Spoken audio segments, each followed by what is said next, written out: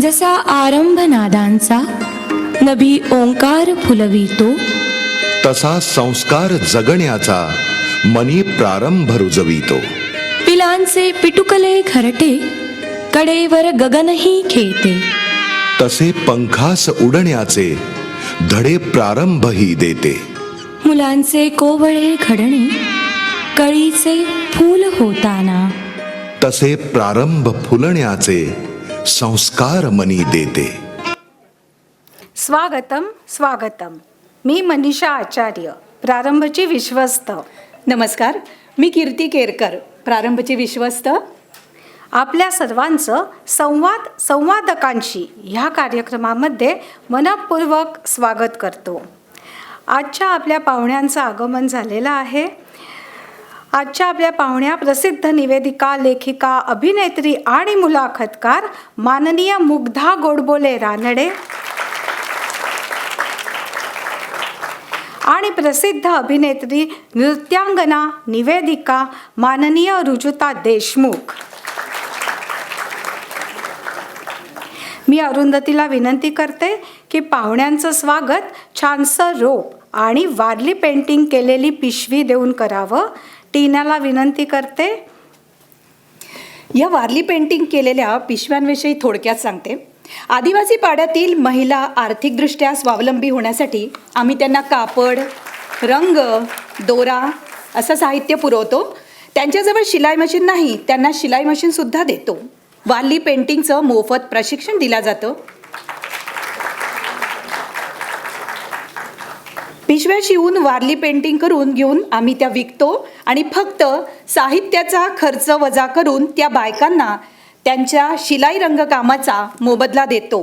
त्यामधून प्रारंभ 1 रुपयाचाही नफा घेत नाही. प्रारंभ हे सर्व उपक्रम सामाजिक जाणीवेतून विनामूल्य राबवित असते. त्यासाठी लागणाऱ्या आर्थिक नियोजनासाठी विविध महोत्सवांचे वर्षभर आयोजन केले जाते. आपण सर्वांनी या पिशव्या जरूर विकत घ्या आणि आदिवासी महिलांच्या सक्षमीकरणासाठी आपलाही थोडासा खारीचा वाटा घेऊ द्या. तुम्ही पण घेऊ शकता.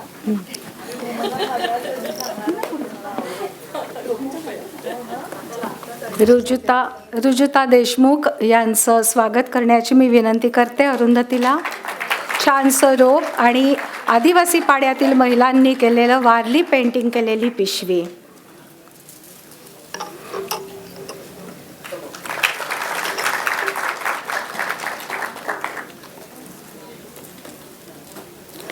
स्वर्गीय कमल भालेराव स्मरणार्थ संकल्पनात्मक कार्यक्रमाचं हे 14वं वर्ष. पहिली 8 वर्ष आम्ही 1ली ते 10वी आणि खुल्या गटासाठी नाट्यछटा स्पर्धा घेतल्या. नाट्यछटा म्हणजे काय, नाट्यछटा आणि एकपात्रीमधला फरक पुढच्या पिढ्यांना माहीत असावा. नाट्यछटा हा प्रकार लोप पावू नये यासाठी आमचे हे प्रयत्न. त्यानंतर आम्ही जिंकलो हरता हरता, 6 ऋतूंचे 6 सोहळे, त्रिधारा, कवी ग्रेस यांच्या साहित्यावर आधारित चांदणे तुझ्या स्मरणाचे, आनंद शोधताना, कवी सुरेश भट यांच्या साहित्यावर आधारित अजूनही चांदरात आहे, कवयित्री इंदिरा संत यांच्या साहित्यावर आधारित झुलता झुलता हसताना, नातं अशा विविध संकल्पनांवर आधारित कार्यक्रम केले, ज्याचं लेखन डॉक्टर अरुंधती भालेराव, अरुणा वाणी, कीर्ती केरकर आणि आशुतोष भालेराव यांनी केले होते. ज्यांच्या स्मरणार्थ आजचा हा संवादकांशी हा कार्यक्रम सादर होतो आहे त्या स्वर्गीय कमल भालेराव म्हणजे अरुंधतीच्या सासूबाई. अतिशय आनंदी, प्रसन्न आणि दिलखुलास व्यक्तिमत्व. मराठवाड्यामध्ये रंगमंचावर अभिनय करणाऱ्या त्या पहिल्या स्त्री कलाकार आहेत. ज्या काळात महिला रंगमंचावर काम करत नसत तेव्हा शर्ट पॅन्ट अशा पुरुषी पेहरावात नाटकांमध्ये काम करून त्यांनी आपल्या अभिनयाची छाप उमटवली आहे. औरंगाबादमधील श्रेयनगर भागात घरी राहणाऱ्या महिलांना मार्गदर्शन करून अभिनयाची ओळख करून देत नाटकाच्या माध्यमातून त्यांना रंगमंचावर आणलं, त्यांच्यात आत्मविश्वास निर्माण केला. SB महाविद्यालयामध्ये हॉस्टेल वॉर्डन म्हणून त्यांनी काम केलं. त्यांचा अतिशय दरारा होता. समाजवादी विचारसरणीच्या कमलताईंचा स्वभाव अगदी गोड आणि प्रेमळ, त्यामुळे अनेक माणसं त्यांनी जोडली होती. प्रसिद्ध मराठी साहित्यिक, समीक्षक, टीकाकार, दैनिक लोकमतमध्ये कलगीतुरा नावाचे स्तंभलेखन करणारे प्राध्यापक चंद्रकांत भालेराव ह्यांच्या त्या पत्नी. एकमेकांना प्रेरक आणि पूरक असं त्यांचं सहजीवन होतं. एकदा टाळ्यांनी त्यांना स्वागत केल्यासारखं करूया. आता प्रारंभची थोडक्यात माहिती. प्रारंभ ही संस्था विना अनुदानित असून मागील 23 वर्षापासून सांस्कृतिक, सामाजिक आणि शैक्षणिक क्षेत्रात कार्यरत आहे. बालमहोत्सव, बालनाट्य महोत्सव, महिला महोत्सव, महिला नाट्य महोत्सव, ज्येष्ठ उत्सव, संकल्पनात्मक कार्यक्रम असे विविध उपक्रम वर्षभर सुरू असतात. निवेदन, कथाकथन, अभिनयातून व्यक्तिमत्व विकास अशा वेगवेगळ्या कार्यशाळा घेतल्या जातात, ज्यातून अनेक दर्जेदार बालनाट्य आणि महिलांनी अभिनीत नाटकांची निर्मिती झाली आहे. सामाजिक कार्यात आजी आजोबा कट्टा हा आमचा प्रकल्प वर्षभर नियमितपणे एका वृद्धाश्रमात आमचे सदस्य भेट देऊन तेथील आजी आजोबांचे कीर्तन, भजन, कथाकथन, संगीत अशा विविध कलांच्या माध्यमातून मनोरंजन करतात. तसेच आओ दिया जलाय या सामाजिक प्रकल्पाअंतर्गत वर्षभर नियमितपणे एका अनाथाश्रमात जाऊन मुलांना गाणी, गोष्टी, नृत्य, टाकाऊतून टिकाऊ वस्तू बनवणे अशा विविध कलांचे मोफत प्रशिक्षण आम्ही देतो. आपले सणवार, साजरे केले जाणारे विविध दिवस, त्यांचे महत्त्व त्यांना सांगतो. श्लोक, स्तोत्र शिकवली जातात. या दोन्ही प्रकल्पांच्या आमच्या समन्वयिका आहेत गीतांजली जोशी शहा.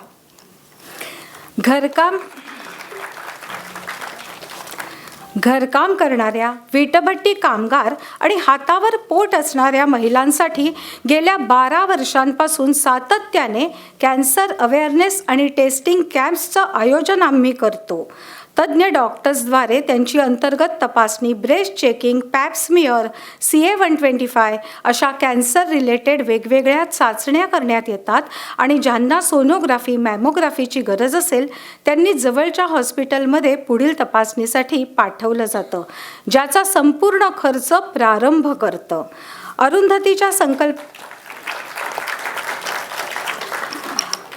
अरुंधतीच्या संकल्पनेतून साकारलेला आमचा शैक्षणिक उपक्रम आहे हसत खेळत शिक्षण, अर्थात शिक्षण करूया सोपे. अरुंधतीने तयार केलेल्या ह्या अभ्यासक्रमाचं प्रशिक्षण घेऊन प्रशिक्षित असलेले आमचे शिक्षक हा उपक्रम राबवतात. ठाणे आणि नवी मुंबई महानगरपालिकेच्या 180 शाळांमधील 16,000 विद्यार्थ्यांना आतापर्यंत ह्या अंतर्गत मार्गदर्शन मिळाले आहे. बेस्ट NGO इन महाराष्ट्र हा पुरस्कार प्रारंभला गोवा येथे 2022 साली प्रदान करण्यात आला आहे. आणि आता आजच्या आपल्या कार्यक्रमाच्या पहिल्या पाहुण्या त्यांच्याविषयी थोडक्यात परिचय. पहिल्या पाहुण्या आहेत अभिनेत्री, निवेदिका, लेखिका, मुलाखतकार मुग्धा गोडबोले रानडे. नावाप्रमाणेच व्यक्तिमत्व असलेल्या मुग्धाताई सायकॉलॉजीमध्ये MA असून त्यांनी ह्युमन रिसोर्सेस मॅनेजमेंटमध्ये मास्टर्स केले आहे.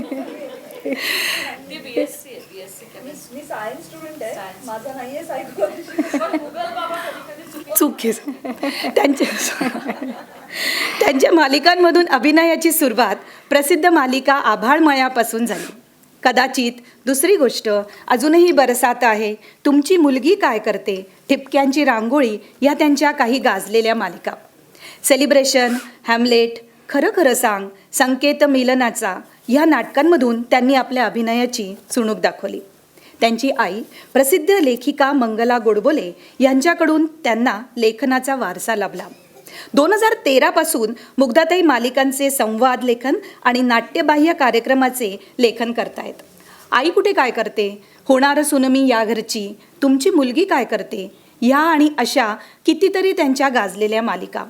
सहज सोपी भाषा असलेले संवाद असल्यामुळे प्रेक्षकांच्या पसंतीला ह्या मालिका उतरल्याचे हे एक आणखीन महत्त्वाचे कारण. 2023 साली मालिका, चित्रपट, नाटक, लेखक संघटनेतर्फे सर्वोत्कृष्ट संवाद लेखनाच्या पुरस्काराने त्यांना सन्मानित केला गेला.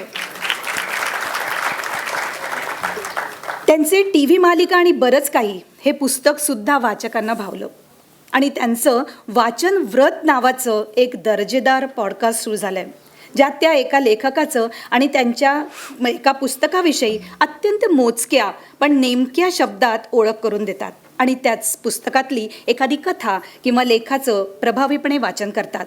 वाचकांना या निमित्ताने नवीन पुस्तकांची ओळख होते. तसेच आरपार नावाचं एक आणखीन पॉडकास्ट त्यांचं आहे, ज्यात विविध क्षेत्रातल्या नावाजलेल्या व्यक्तींना आपल्या सहज, सुंदर आणि ओघवत्या शैलीत नेमके प्रश्न विचारून पाहुण्यांना बोलतं करतात. एक आणखीन पॉडकास्ट जे आपल्या दुसऱ्या लोकप्रिय अभिनेत्री ऋतुजा देशमुख ज्या पाहुण्या आहेत त्या दोघींनी मिळून सुरू केलं आहे, ते म्हणजे आणि अल्पकाळातच ते लोकप्रियसुद्धा झालं, ते म्हणजे अगोबाई होच की. ह्या पॉडकास्टच्या माध्यमातून रोजच्या दैनंदिन जीवनात छोट्या छोट्या महत्त्वाच्या पण लक्षात न येणाऱ्या गोष्टी, दोष म्हणूया, खूप सहजपणे आपल्यासमोर ठेवतात. ह्यात ना शेवटी एक खूप छान गोष्ट असते की पॉडकास्ट शेअर करा म्हणताना तुमच्या आसपास अशी व्यक्ती असेलच, त्यांना नक्की पाठवा बरं का. बघणाऱ्याला असं वाटतं मी नाही रे बाबा त्यातली, आणि मग ना हळूच लक्षात येतं, अरे आपला ते थोडासा दोष आहे. हे म्हणजे कडू औषध मधात घोळून दिल्यासारखं वाटतं खरंच. मुग्धाताई, तुमचे खूप खूप मनापासून स्वागत. सॉरी. आजच्या दुसऱ्या पाहुण्या आहेत लोकप्रिय अभिनेत्री, मुलाखतकार, निवेदिका, नृत्यांगना ऋजुता देशमुख. आपल्या नावाला न्याय देणाऱ्या ऋजुताताई इंग्रजी साहित्यात पदवीधर आहेत. त्यांनी वयाच्या 8व्या वर्षीच रंगमंचावर पाऊल ठेवलं. कळत नकळत या मालिकेतून त्या प्रेक्षकांच्या भेटीस आल्या आणि अनेकांची मनं जिंकली. त्यानंतर मानसी, जाऊ नको दूर बाबा, 36 गुणी जोडी, तू माझा सांगाती, आनंदी हे जग सारे, लग्नानंतर होईलच प्रेम, अशा लोकप्रिय मालिकातून त्या आपल्याला भेटत राहिल्या. राजा शिवछत्रपतीमधल्या सईबाईंची भूमिका अजूनही प्रेक्षकांच्या स्मरणात आहे. शाहीर ह्या मालिकेचं दिग्दर्शन सुद्धा त्यांनी केलं आहे. फॅमिली हा चित्रपट त्यांच्या नावावर आहे. वन्स मोर, खरं खरं सांग, हे त्यांची काही गाजलेली नाटकं. आणि आता अगोबाई होच की ह्या पॉडकास्टमधून त्या आपल्याला दिसतात. ऋजुता, तुमचे पण खूप खूप स्वागत.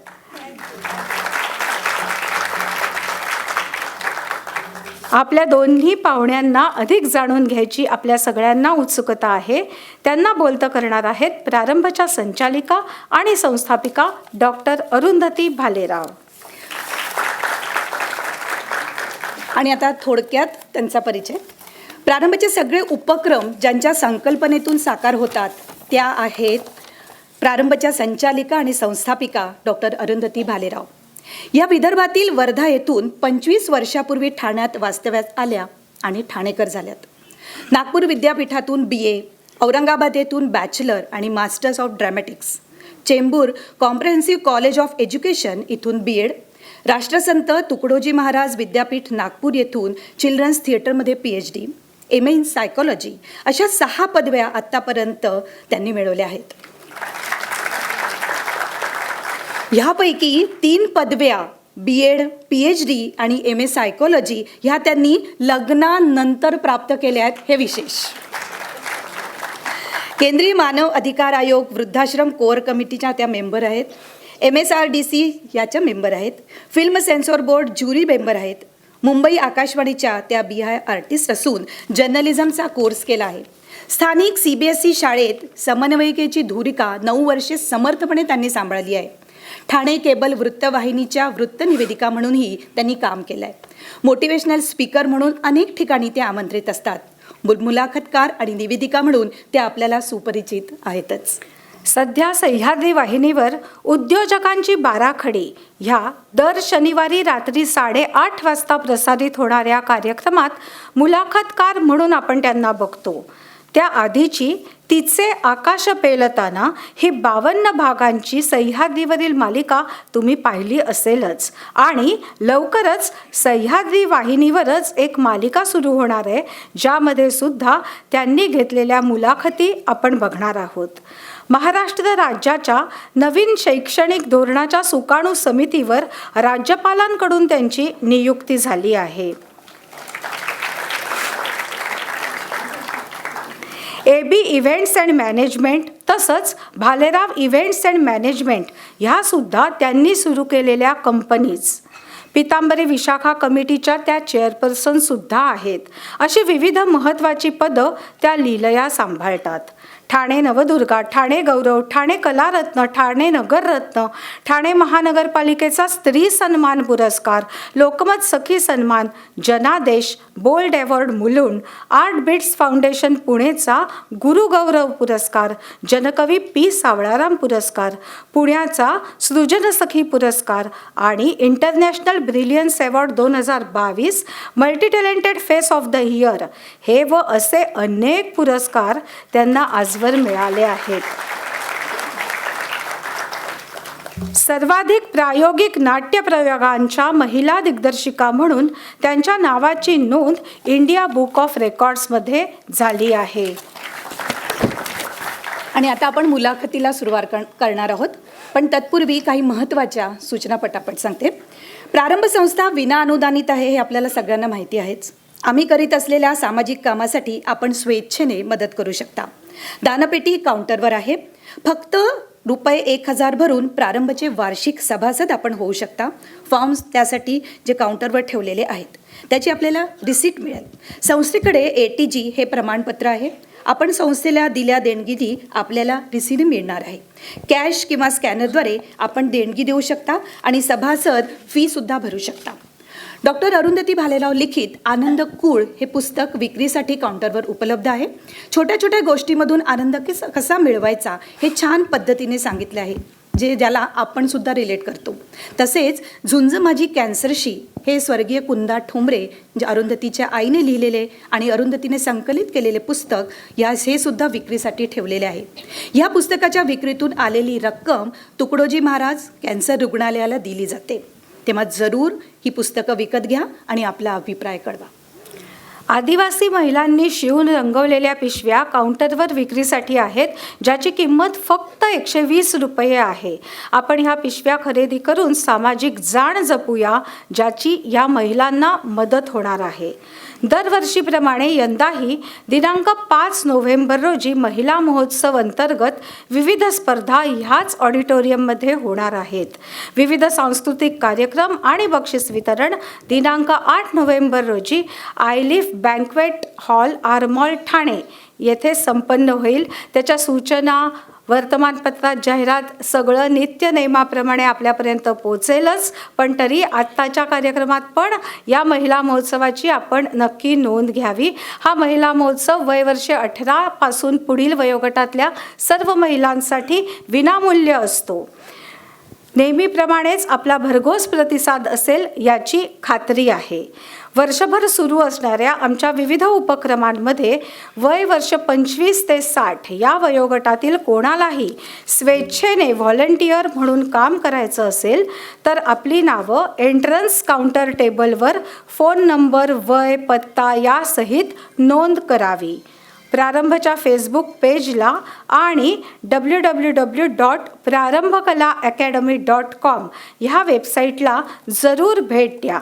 आणि आता पुढील सूत्र अरुंधतीकडे.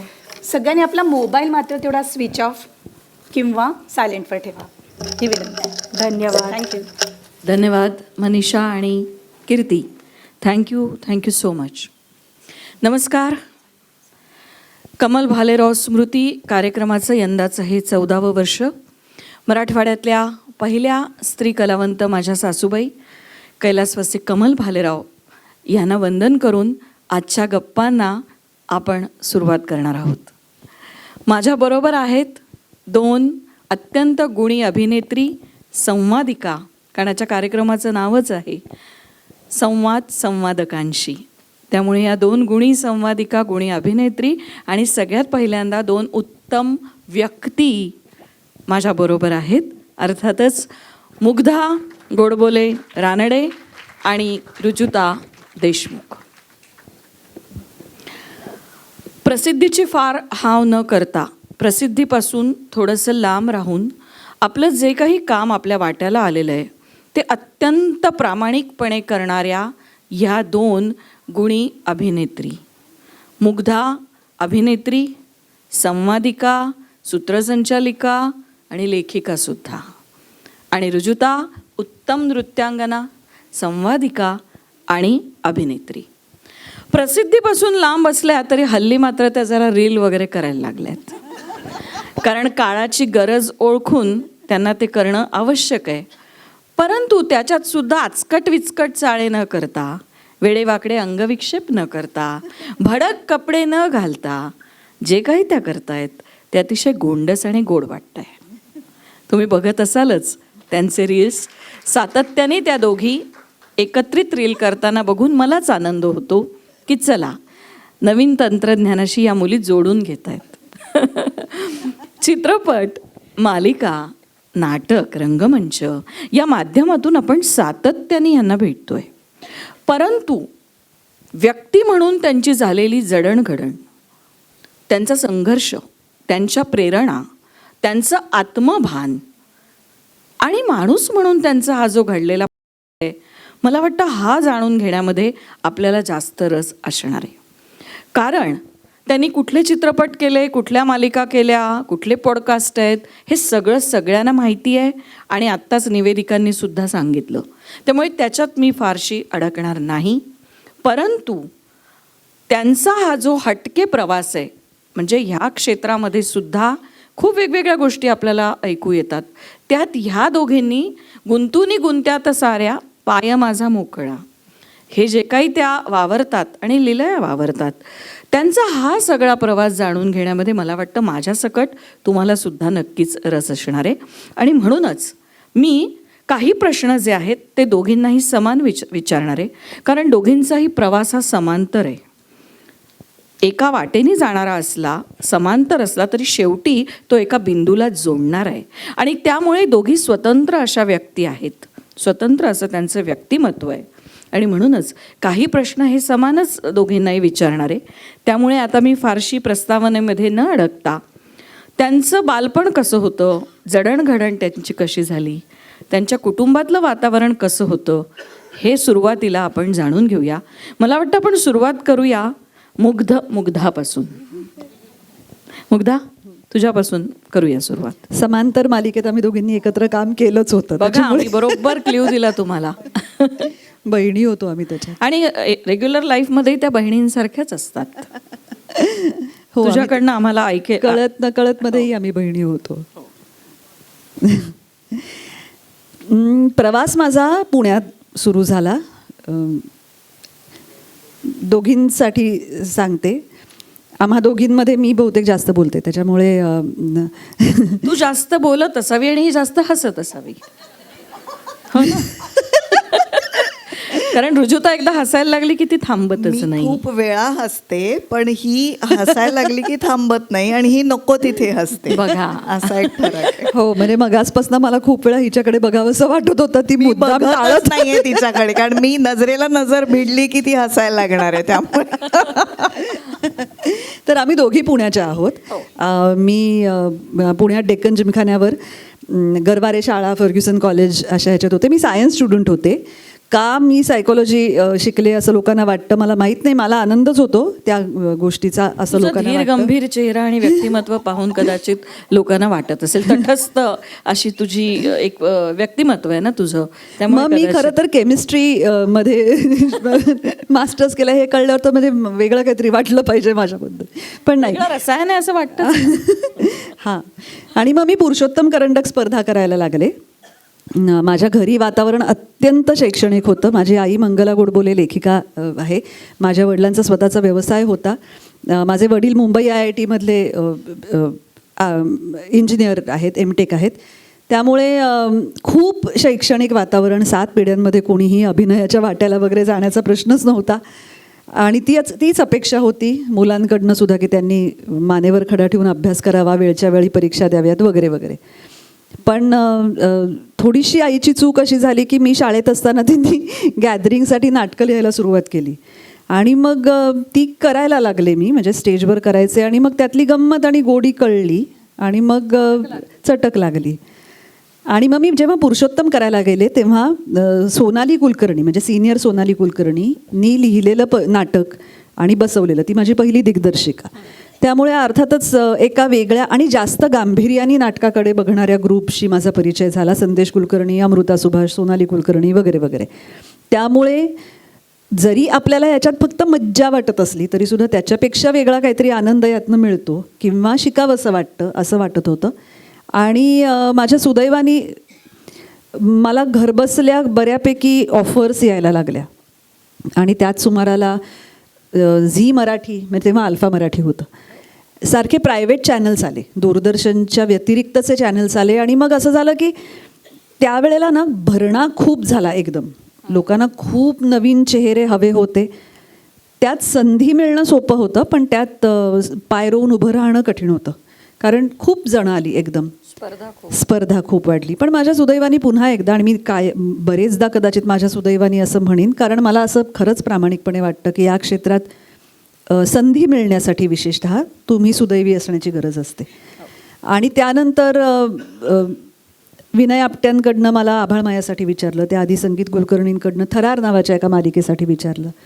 मग असं एक टप्पा आला की आता मुंबईत जाऊन राहण्याशिवाय पर्याय नाही आहे, कारण पुणे मुंबई काही काळ मी केलं. पुण्यात मी भूमिका नावाच्या एका मालिकेचं शूटिंग करत होते आणि मुंबईत आभाळ माया सुरू होतं. त्यामुळे मग रोज पुणे मुंबई प्रवास, घरी काही फार पसंत नव्हतं. त्यामुळे मग मी त्यांना असं सांगितलं होतं की मी ही एक मालिका मला विचारली आहे तर करते आणि मग मी त्याच्यानंतर परत येऊन परत माझं शिक्षण करीन, मग शहाण्या मुलीसारखं लग्न करीन वगैरे वगैरे. पण तसं काही झालं नाही कारण मला एका पाठोपाठ एक कामं खूप मिळत गेली. त्यामुळे मग मी राहिले आणि मग आता जवळजवळ 1999 साली मी मुंबईत आले. 98-99 पासून मी काम करते, तर 25, 26, 27 वर्ष झाली आता. आणि मग वेड्या मुलीसारखी कामच करत राहिली आणि शहाण्या मुलीसारखं लग्न केलं. हो, लग्नालाही आता माझ्या 21 वर्ष झाली. आणि नवरा माझा मुंबईतला म्हणजे आहे तो पुण्याचा, पण तोही माझ्या आधीच मुंबईत आलेला होता. त्यामुळे आम्ही मुंबईतच बस्तान बसवलं. मुलगी माझी आता 19 वर्षाची आहे. युजली करिअर करताना राहण्याचा जो प्रश्न असतो तोही आपोआपच सुटला. हा, मी खूप त्या बाबतीत शहाणी होते, म्हणजे मी बरोबर तसंच बरोबर नेम धरला होतास. तशीच माणसं मी निवडली. रुजुता, तुझं बालपण, तुझी जडणघडण, घरातलं वातावरण आणि हिच्याकडे जसं मुलांनी मानेवर खडा ठेवून अभ्यास करावा असं जे काही होतं तसं तुझ्याकडे कसं होतं? एक्झॅक्ट अपोजिट आहे. मानेवर खडा ठेवून प्रयोग करावे तसं होतं तिच्याकडे. करेक्ट. आमच्याकडे जास्ती वेळ अभ्यास केला तर ओरडा बसायचा की एवढा वेळ जा बाहेर फिरायला, अशी परिस्थिती आमच्या घरी होती. कारण माझं बालपण नाटकातच झालं आहे. खरं तर बऱ्याच जणांना माहिती असण्याची शक्यता आहे. आई वडील माझे अविनाश देशमुख, स्वाती देशमुख, त्यांची पुण्यात नाट्यसंस्था आहे सीमांत नावाची. वडील आता हयात नाहीत, पण त्यामुळे लहानपणापासून घरात रिहर्सल्स, नाटक हेच बघत मी मोठी झाली आहे. त्यामुळे पहिल्यांदा जी उभी राहिले ती रायगडाला जेव्हा जागे ते नाटक वडील करत होते आणि जो राजाराम करत होता मुलगा तो त्याची शाळेतून परवानगी नाही मिळाली आणि खूप मोठा दौरा होता आणि माझे वडीलच प्रोड्युसर, दिग्दर्शक आणि महाराजांचा रोलही तेच करायचे. तर मोहन जोशी तेव्हा आमच्याकडे संभाजी राजांचा रोल करायचे आणि मी सतत इकडून तिकडे फिरत असायचे. सगळं पाठ होतं, नाटक कळायचं काही नाही. ची भाषा ऐतिहासिक कळायचं काही नाही, पण पाठ सगळं होतं. तेव्हा मोहन काकांनी माझ्या वडिलांना असं सांगितलं की ही इकडे तिकडे फिरतच, हिचं सगळं पाठ आहे, हिला उभं कर, दौरा कॅन्सल करू नकोस. अशी मी नाटकात उभी राहिले 2 दिवसात. त्या 2 दिवसात वडिलांनी खरंच नीट पाठ आहे का आणि नीट बोलतीये का, भाषा कशी आहे आणि मुख्य म्हणजे इमोशन्स मला त्या 2 दिवसात शिकवले. कारण रायगडाला जेव्हा जागेतेमध्ये शेवट राजाराम करतो आणि तो जर इमोशनल झाला नाही तर नाटक वर चढत नाही. त्यामुळे इमोशन्स कसे पोचवायचे, खरं रडायचं कसं किंवा भासवायचं कसं, आभास कसा निर्माण करायचा, हे सगळं किती मी 7-8 वर्षांची असेन, काय कळलं मला माहीत नाही, पण चांगलं काम केलं मी. खरं खरं रडून पण दाखवलं. हो हो. आणि पहिला प्रयोग कराडला केला मी आणि त्याच्यानंतर मी 700-800 प्रयोग तरी राजाराम केला. क्या बात. आणि मग बालकलाकार म्हणून 3 चित्रपट केले. अर्थातच नाटकाचं काम बघून मोहन काकांनाही काम भयंकर आवडलं होतं, त्यामुळे मग 3 चित्रपट केले. त्यामुळे तेव्हाच बहुतेक सगळ्यांना माहिती होतं की ही याच क्षेत्रात काम करेल. आणि ते खरं झालं. हां. सगळ्यांना एक उत्सुकता असते, म्हणजे मला सुद्धा आहे, की जेव्हा पहिल्यांदा एखादं शूट आपण करायला जातो, थोडीशी एक्साइटमेंट असत असेल की आता कसं कॅमेरा आहे ते आणि ग्लॅमर ते सगळं, त्याची एक आपल्याला ओढ असतेच. पहिल्या शूटचा, अगदी पहिलं शूट, काही अनुभव, किस्सा, गंमत आठवते का? पहिल्यांदा मी कॅमेरासमोर उभी राहिले थरार नावाच्या एका मालिकेसाठी. तुम्हाला कदाचित आठवत असेल, माझ्या पिढीतल्या लोकांना अल्फा मराठी तेव्हा होतं आणि ही थरार नावाची जी मालिका होती ती तेव्हा आठवड्यातनं एकदाच असायची. तर झालं असं होतं की इरावती लागू नावाची जी एक अभिनेत्री आहे ती तो रोल करणार होती. त्याच्या गोष्टी होत्या आणि पहिली जी त्याची गोष्ट होती ती 11 भागांची होती, म्हणजे 11 आठवडे ती चालणार होती. आणि अविनाश नारकर, शरद पोंक्षे, यतीन कार्यकर त्याच्यात ऑफिसर होता आणि जयवंत वाडकर, वाड्या काका, अशी सगळी मंडळी होती त्यामध्ये. आणि इरावती लागू काम करणार होती आणि काही कारणाने म्हणजे ते युनिट सगळं पुण्यात आलं होतं आणि सोमवारचा दिवस होता आणि बुधवारपासून शूटिंग सुरू होणार होतं आणि इरावती लागूचं काहीतरी कारणाने ते कॅन्सल झालं. काय झालं मला नक्की माहीत नाही, पण त्यांनी पुण्यात थोडीशी चौकशी केली की आम्हाला अशा अशा वर्णनाची एक मुलगी हवी आहे, तर कोणाच्या ओळखीची आहे का, माहितीची आहे का, ऑडिशन्स घ्यायला बोलवा वगैरे वगैरे. तर पुरुषोत्तम मी तेव्हा करत होते, त्यामुळे त्यांच्यापैकी कोणीतरी माझं नाव सांगितलं. मग त्यांचा मला तेव्हा काय मोबाईल्स वगैरेही नव्हते, घरच्याच फोनवर फोन आला होता. मी, माझी एक मैत्रीण राधिका हर्षे, अशा आम्ही 4-5 जणी तिथे गेलो. मग त्यांनी काय आमच्या ग्रुपमधल्या सगळ्यांचे नंबर्स दिले होते, तर आम्ही सगळेच गेलो होतो. आणि मग अभय परांजपे लेखक, पुढे वादळवाट वगैरे सारख्या फार सुंदर मालिका लिहिल्या, तर अभय परांजपे, नितीन वैद्य तेव्हा चॅनल हेड होते, नितीन वैद्य आणि अल्फाचे, आणि संगीत कुलकर्णी, असे 3 जण होते. ते किती 1-2-5 मिनटं माझ्याशी बोलले आणि मला ते म्हणाले की कसं काय, तू करू शकशील का बुधवारपासून शूटिंग, पुण्यातच आहे. तर मी म्हटलं हां करू शकीन. तेव्हा माझं ग्रॅज्युएशन जस्ट झालं होतं, म्हणजे इनफॅक्ट माझं ग्रॅज्युएशन झालं होतं आणि त्याचा रिझल्ट लागून पुढे काय वगैरे ह्या सगळ्या चर्चांपर्यंत मी येत होते. तर मला असं वाटलं की हां ठीक आहे, पुण्यातल्या पुण्यातच करायचं आहे, तर हरकत नाही, करूया. आशयानी म्हणजे मी अक्षरशः मी म्हटलं तसं की आज माझं बोलणं झालं आणि मी परवापासून जायलाही लागले. कपडे माझे स्वतःचे, तेव्हा आम्ही खूप काळ आमचे स्वतःचेच कपडे वापरायचो, त्यामुळे माझे स्वतःचे कपडे आणि पुण्याच्या पर्वतीच्या इथे कुठेतरी त्याचं शूटिंग होतं. आणि पहिला शॉट होता, मी कुठली तरी एक मोठी गाडी चालवते आणि त्या एका डोंगरावरनं मी अशी गाडी चालवत चालवत वर जाते असं होतं. आणि मला भयंकर ड्रायव्हिंग आवडतं, अजूनही आवडतं. आणि लहानपणी आमच्याकडे एक मारुती ओमनी होती आणि मी 15व्या वर्षापासून माझ्या बाबांना माहितीही नव्हतं मी गाडी चालवायला लागली. आणि ते झोपलेले वगैरे असताना मी गाडी काढून हळूच चक्कर मारून यायचे, इतकी मला क्रेज होती ड्रायव्हिंगची. म्हणजे कोणीच शिकवलं नव्हतं मला, पण मला यायचं. तर त्यांनी मला विचारलं गाडी चालवशील का, म्हटलं हां चालवीन. आणि मग मी ती चालवली आणि मग घरी आल्यावर संध्याकाळी आईला सांगितलं की आज गाडी चालवण्याचा शॉट झाला. तर आई मला म्हणाली की माझं नशीब तुला कोणी विमान चालवेल का असं विचारत नाही, कारण तू त्यालाही हो म्हणशील आणि चालवशील. तर असा तो पहिला माझा शॉट होता. आणि आविदादा होते, अविनाश नारकर, तर ते लांबून बघत होते सगळं, यतीन होता. आणि मी इतकी तेव्हा म्हणजे माझी कोणाशीच ओळख नाही, काहीच माहीत नाही, काही या क्षेत्राचा संबंध नाही, काय शॉट म्हणजे घेतात ते सांगतायत त्याप्रमाणे मी करत होते. तर आविदादांनी रात्री मला म्हणजे जरा बोलवलं आणि म्हणजे जनरल 5 मिनटं गप्पा मारल्या, कारण आमचे खूप सीन्स होते त्याच्यात पुढे. आणि ती काहीतरी अशी गोष्ट होती की ते मला फसवतात, म्हणजे मी त्यांच्याशी प्रेमात पडून लग्न करते आणि ते मला फसवतात आणि असं काहीतरी बरंच होतं. ते सस्पेन्स थ्रिलर होता ना, कारण तो यतीन कार्यकर पोलीस ऑफिसर होता. तर असं जवळजवळ एक मुलाखत घेतल्यासारखी त्या सगळ्यांनी माझी, तर मला वाटलं बहुतेक हे रॅगिंग करतायत, म्हणजे एक नवीन मुलगी आली आहे तर एक जरा गंमत करून बघू. पण तसं नाही, ते सगळे खूप माझ्याशी सिन्सिअरली आणि चांगलं वागले. आणि मी नेहमी सगळ्यांना सांगते की आपल्याला कुठल्याही क्षेत्रामध्ये जे पहिले पहिले अनुभव येतात ते चांगले असले तर आपल्याला त्या क्षेत्राविषयीचं आपलं मत चांगलं होतं. तसं माझं झालं. मी खूप उशिरा, म्हणजे मी 21-22 वर्षाची होते जेव्हा मी हे सगळं करायला लागले.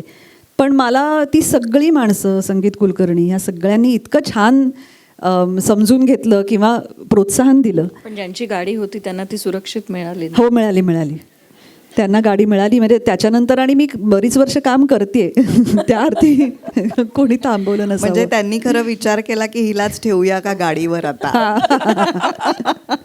आणि हा प्रश्न त्यांनी मला आधी नव्हता विचारला बरं का. म्हणजे आता मला कसं मी जर त्यांना म्हणाले असते की नाही मला येत गाडी, तर काय केलं असतं त्यांनी? नसतं घेतलं त्यांनी कदाचित. पण हे आधी नव्हतं माहिती त्यांना. तिथे त्यांनी मला, आणि मोठी गाडी होती ग कुठली तरी, कारण अशी मी खूप श्रीमंताची मुलगी वगैरे असं काहीतरी होतं, तर त्यांनी एक हातात हे दिली की चालव. म्हटलं हां ठीक आहे, बघू काय, गाडी तर चालवायची. सो अशा प्रकारे ही तुझी पहिली आठवण आहे. तेव्हापासून माझी गाडी सुरू झाली. गाडी सुरू झाली, अभिनय क्षेत्रातली ही गाडी सुरू झाली, आणि आईबाबांनाही कळलं की मुलगी गाडी परस्पर चालवायला शिकलेली आहे आणि चांगली चालवते, कुठेही ठोकून न आणता. रजुता, तुझी पहिल्या शूटची आठवण सांग ना आम्हाला. अवघड आहे आठवणं, कारण बालकलाकार म्हणून काम केलं, त्यामुळे लहानपणी मी फारच बिनधास्त होते. कशाच लहानपणी? ऍक्च्युली अजूनही आहे. हो, बरोबर आहे. नंतर तिने बिनधास्त मध्ये काम पण केलं. चंद्रकांत कुलकर्णींच्या बिनधास्त मध्ये मी काम केलं. हो, त्यामुळे लहानपणी जेव्हा मी पहिल्यांदा कॅमेरा फेस केला तेव्हा ना मला कॅमेराची भीती वाटली, ना मला लाइटिंगची भीती वाटली. आजूबाजूला मी मोहन काका होते माझ्यावर, मोहन जोशी, उषा नाडकर्णी होत्या, अलका कुबल यांचं लहानपण केलं होतं मी चित्रपटात, नशीबवान नावाचा चित्रपट.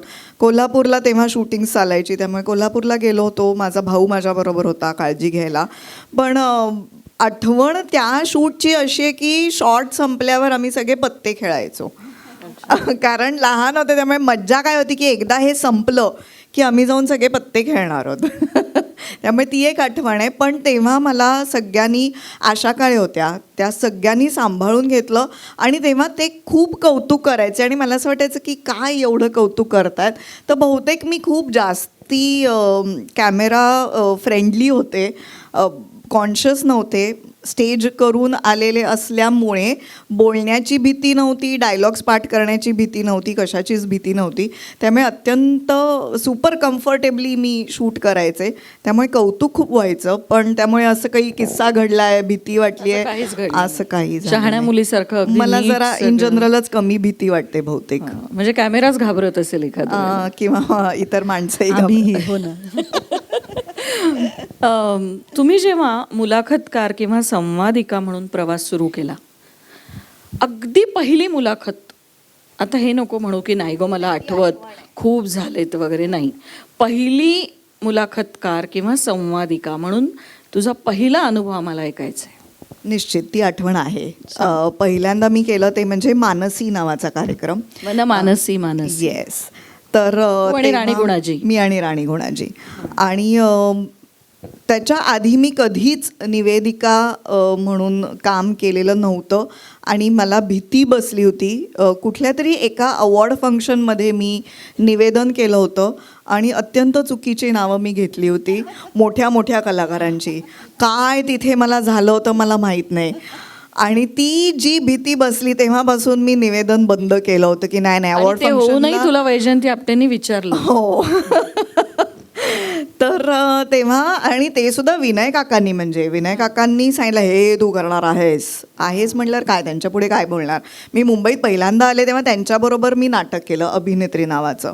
त्यामुळे अदबिनीच, विनय काकांसमोर सगळेच अदबिनी वागायचे आणि त्यांचं ऐकावंच लागायचं सगळ्यांना, पण ते प्रेमापोटीही करायचे. त्यामुळे मानसी हा पहिला कार्यक्रम जेव्हा त्यांनी मला विचारला वगैरे दूरच करायला सांगितला, तेव्हा मी विनय काकांशी तर हे बोलू नाही शकणार, पण मी वहिनींशी बोलले होते की वैजू वहिनी म्हणजे विनय काकांच्या पत्नी, ज्या कार्यक्रमाच्या निर्मात्या होत्या, वैजयंती आपटे.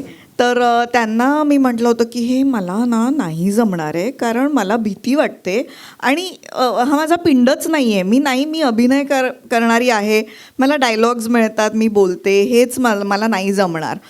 तरीसुद्धा मला ऑफिसमध्ये बोलवण्यात आलं की अगं तू एकटी नाही आहेस, राणी गुणाजी आहे तुझ्याबरोबर. बरं, दोघी तिथे भेटल्यावर ती अनेक वर्षांच्या गॅपनी काम करणार होती, त्यामुळे ती प्रचंड घाबरलेली होती.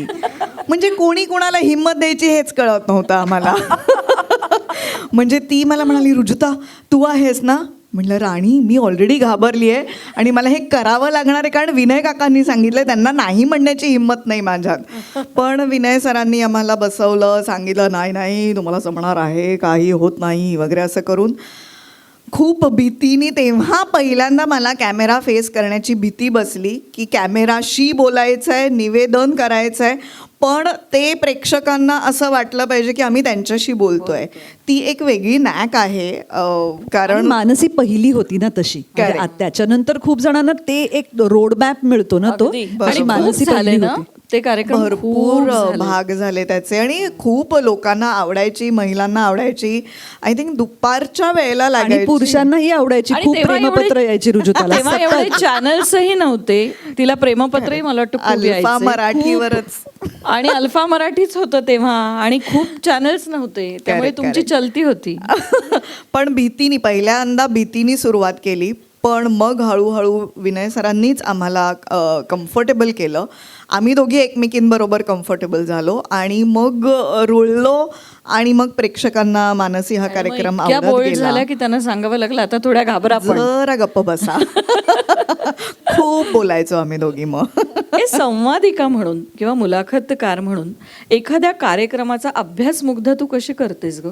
कशी तयारी करते? आता तर गुगल आणि हे सगळं सोपं झालंय. पण बरेच वेळा गुगल खूप फसवतो, जसं हो, मला हो, म्हणजे त्यांना काय? हो, फसवलं हो. की या सायकोलॉजिस्ट तसं गुगल खूप फसवतो. हो, हो. तर एक प्रॉपर असा अभ्यास तू कसा करतेस? शक्यतोवर मी कुणातरी जवळच्या एखाद दोन माणसांची माहिती काढून त्यांच्याशी बोलते. म्हणजे आता जर मला रुजुताची मुलाखत घ्यायची असेल तर रुजुताची चांगली मैत्रीण एक दोघी जणी ज्या माझ्या, म्हणजे मी कुठून तरी त्यांच्यापर्यंत पोहोचू शकते, अशांना गाठून मी त्यांच्याकडनं इनसाईड स्टोरीज थोड्याशा जाणून घेण्याचा प्रयत्न करते. आणि युजली मुलाखत घेण्याच्या आदल्या दिवशी माझा एक तासभर तरी फोन होतो त्या व्यक्तीशी. कारण काय आहे, मला असं वाटतं की तिथे बोलून काही आपल्याला कोणाला अडचणीत आणायचं नसतं. उगाच काहीतरी आपण एखादा प्रश्न विचारणार ज्याचं उत्तर त्या माणसाला तिथे कॅमेरासमोर द्यायला अवघडल्यासारखं होईल. तर असं काही आपल्याला काही त्याच्यातनं सनसनाटी निर्माण करायची नाही आहे. त्या माणसाचा प्रवास कळावा लोकांना आणि त्याच्यातल्या चांगल्या बाजू लोकांसमोर याव्यात ही आपली इच्छा आहे आणि ही प्रामाणिकपणे इच्छा आहे. माझ्या मनात त्या व्यक्तीबद्दल अनेक प्रश्न असतात आणि मला ते खूप पडतात. म्हणजे मी आत्ता तुझी 1-2 तासाची मुलाखत घेऊ शकीन, कारण मला प्रश्न पडतात की तू कसं केलं असशील हे काम, तू कशी संस्था सुरू केलीस, तू इतकी वर्ष काय तुला अडचणी आल्या, तर हेच प्रश्न मी विचारते. अर्थात थोडीशी इनसाईड माहिती असावी लागते, कारण कसं होतं अलीकडे विशेषतः पॉडकास्ट किंवा मुलाखतींचे कार्यक्रम खूप असल्यामुळे बरेचदा ना लोकांची उत्तरं दिलेली असतात. आता त्याच्यापेक्षा वेगळं काही बोललं जात नाही. बरेचदा बऱ्याच गोष्टी ऑलरेडी प्रेक्षकांना माहिती असतात. पण म्हणजे आता अनिता दातेची जेव्हा मी मुलाखत घेतली उदाहरणार्थ, तेव्हा मला असं झालं की अनिताकडे काय आहे आता जे ती कुठेच बोलली नसेल. मग मी तिच्या 1-2 नाशिकमधल्या वगैरे मैत्रिणींचे कॉन्टॅक्ट्स मिळवून त्यांच्याशी बोलले. तर अनिता दाते जवळजवळ 7वी-8वीत असल्यापासून नोकरी करून तिने संपूर्णपणे स्वतःच्या शिक्षणाचा खर्च स्वतः केला. आणि ही गोष्ट फार कमी लोकांना, ती कधीच स्वतःहून ते सांगत नाही. पण तो मुद्दा मला मिळाल्यावर मग हे बोलल्यावर मग अनिता खूप बोलली, खूप खुलून बोलली. म्हणजे जे लोकांना माहिती नाहीये ते तू काढून घेतेस. त्यासाठी थोडेसे एक्स्ट्रा प्रयत्न करावे लागतात. पण त्यामुळे त्या माणसाची, जसं मी म्हटलं तसं, की आपल्याला माहीत नसलेली एक बाजू येते जी खूप महत्त्वाची आहे. रादर ती सगळ्यात महत्त्वाची असते. दिसणारी बाजू जी असते ती सगळ्यांना माहितीच असते, त्यात काय विशेष. खरंय. आणि आणखीन एक महत्त्वाचं म्हणजे मुलाखतकार म्हणून तू कमी बोलतेस आणि मुलाखत देणाऱ्यांना बोलू देतेस, हे पण महत्त्वाचं आहे. आणि मी पण ते पाळण्याचा प्रयत्न करते. पण आज माझ्यावर असं काही बंधन नाही आहे. रुजुता, तू कसा अभ्यास करतेस? आत्ता माझा जो पॉडकास्ट चालू आहे तो अनुरूप विवाह संस्थेनी निर्माण केलेला आहे. पुण्याच्या अनुरूप विवाह संस्थेला 50 वर्ष झाली. त्यानिमित्ताने 50 जोडप्यांची मुलाखत घेणार आहोत आम्ही. तर वेगळेपणा माझ्याही मनात असतो अशा करता की भरपूर मुलाखती होतात, लोकांना सगळं माहिती असतं. मग मी काय करते, त्यांच्या झालेल्या मुलाखती बघते आणि मग त्याच्या पुढून मी सुरुवात करते, किंवा त्याच्यात न झालेल्या गोष्टीमधल्या बिटवीन द लाईन्स म्हणतो तशा आयुष्यात अनेक मधल्या गोष्टी असतात. बऱ्याच वेळा मग मी सुरुवात अशी करते की तुमच्याविषयी तुम्ही कसे प्रेमात पडलात आणि कसं हे आम्हाला माहिती आहे, आता मला वेगळा अँगल आता सांगा. कसं भांडता ते सांगा. कसं भांडता किंवा तुम्ही कसं जुळवून घेता, कसे फायनान्सेस काहीही. मग जे ते जोडपं खुललं की मग पुढचे प्रश्न आपोआप सुचत जातात. पहिल्यांदा ते त्यांना कम्फर्टेबल करणं हे मला खूप कधी कधी फक्त आमच्याच क्षेत्रातल्या जोडपी नसतात. काही जोडपी अशी असतात जी बाहेरचीही असतात, वेगवेगळ्या क्षेत्रात नाव कमावलेली असतात. त्यांना बोलतं करणं हेही एक मोठी जबाबदारी असते. त्यांना कॅमेरा म्हणल्यावर किंवा असं माईक इथे लावला आहे तर त्यांना भीती वाटायला लागते. सो त्यांना कम्फर्टेबल करणं की घाबरू नका, गप्पा मारूया वगैरे, यात मी जास्ती माझी एनर्जी लावते. आणि मग ते एकदा कम्फर्टेबल झाले की मग पुढचे प्रश्न सुचत जातात. आणि तू इतकी बिनधास्त असते की त्यांची फजिती झाली तरी तू हसत असते, त्यामुळे तेही बिनधास्त होतात. खूप छान असतो द अनुरूप शो. आणि तुझा आरपार ही आरपार जाते लोकांच्या आणि त्यांच्यातल्या आरपार गोष्टी आपल्यापर्यंत आमच्यापर्यंत पोहोचवते सुद्धा. करिअर, संसार, आपल्याला असलेल्या अनेक जबाबदाऱ्या आणि तुझं विविध क्षेत्रातलं काम, ह्याच्यामध्ये तू वेळेचं व्यवस्थापन कसं करतेस? ते सगळ्यात महत्त्वाचं आहे. म्हणजे माझं असं म्हणणं आहे की टॅलेंट, तुमचा कामाच्या बाबतीतला फोकस, या सगळ्यापेक्षा जास्त महत्त्वाची ती टाईम मॅनेजमेंट आहे. ती जमली की पहिली गोष्ट काय होते की आपण मनाने जास्त स्पष्ट होतो. आणि मी ह्या बाबतीत खूप पर्टिक्युलर आहे. माझ्याकडे दुसऱ्या दिवसाची माझी सुरुवात आदल्या दिवशी संध्याकाळपासून होते. कारण दुसऱ्या दिवशी सकाळी उठल्यावर जर आपण विचार केला की आज मी दिवसभर काय करणार आहे, तर by then it's too late असं मला वाटतं. त्यामुळे माझी सुरुवात मनाने साधारण आदल्या दिवशी संध्याकाळी सुरू झालेली असते की उद्या आपल्याला दिवसभर काय काय करायचं आहे, मग ते आपण काय क्रमाने करणार आहोत. मी छोट्या नोट्स काढून ठेवते. फ्रीजवर सुद्धा मॅग्नेटनी वगैरे लिहिलेलं असतं. पण त्याने मला क्लॅरिटी मिळते, विसरायला होत नाहीत छोट्या गोष्टी.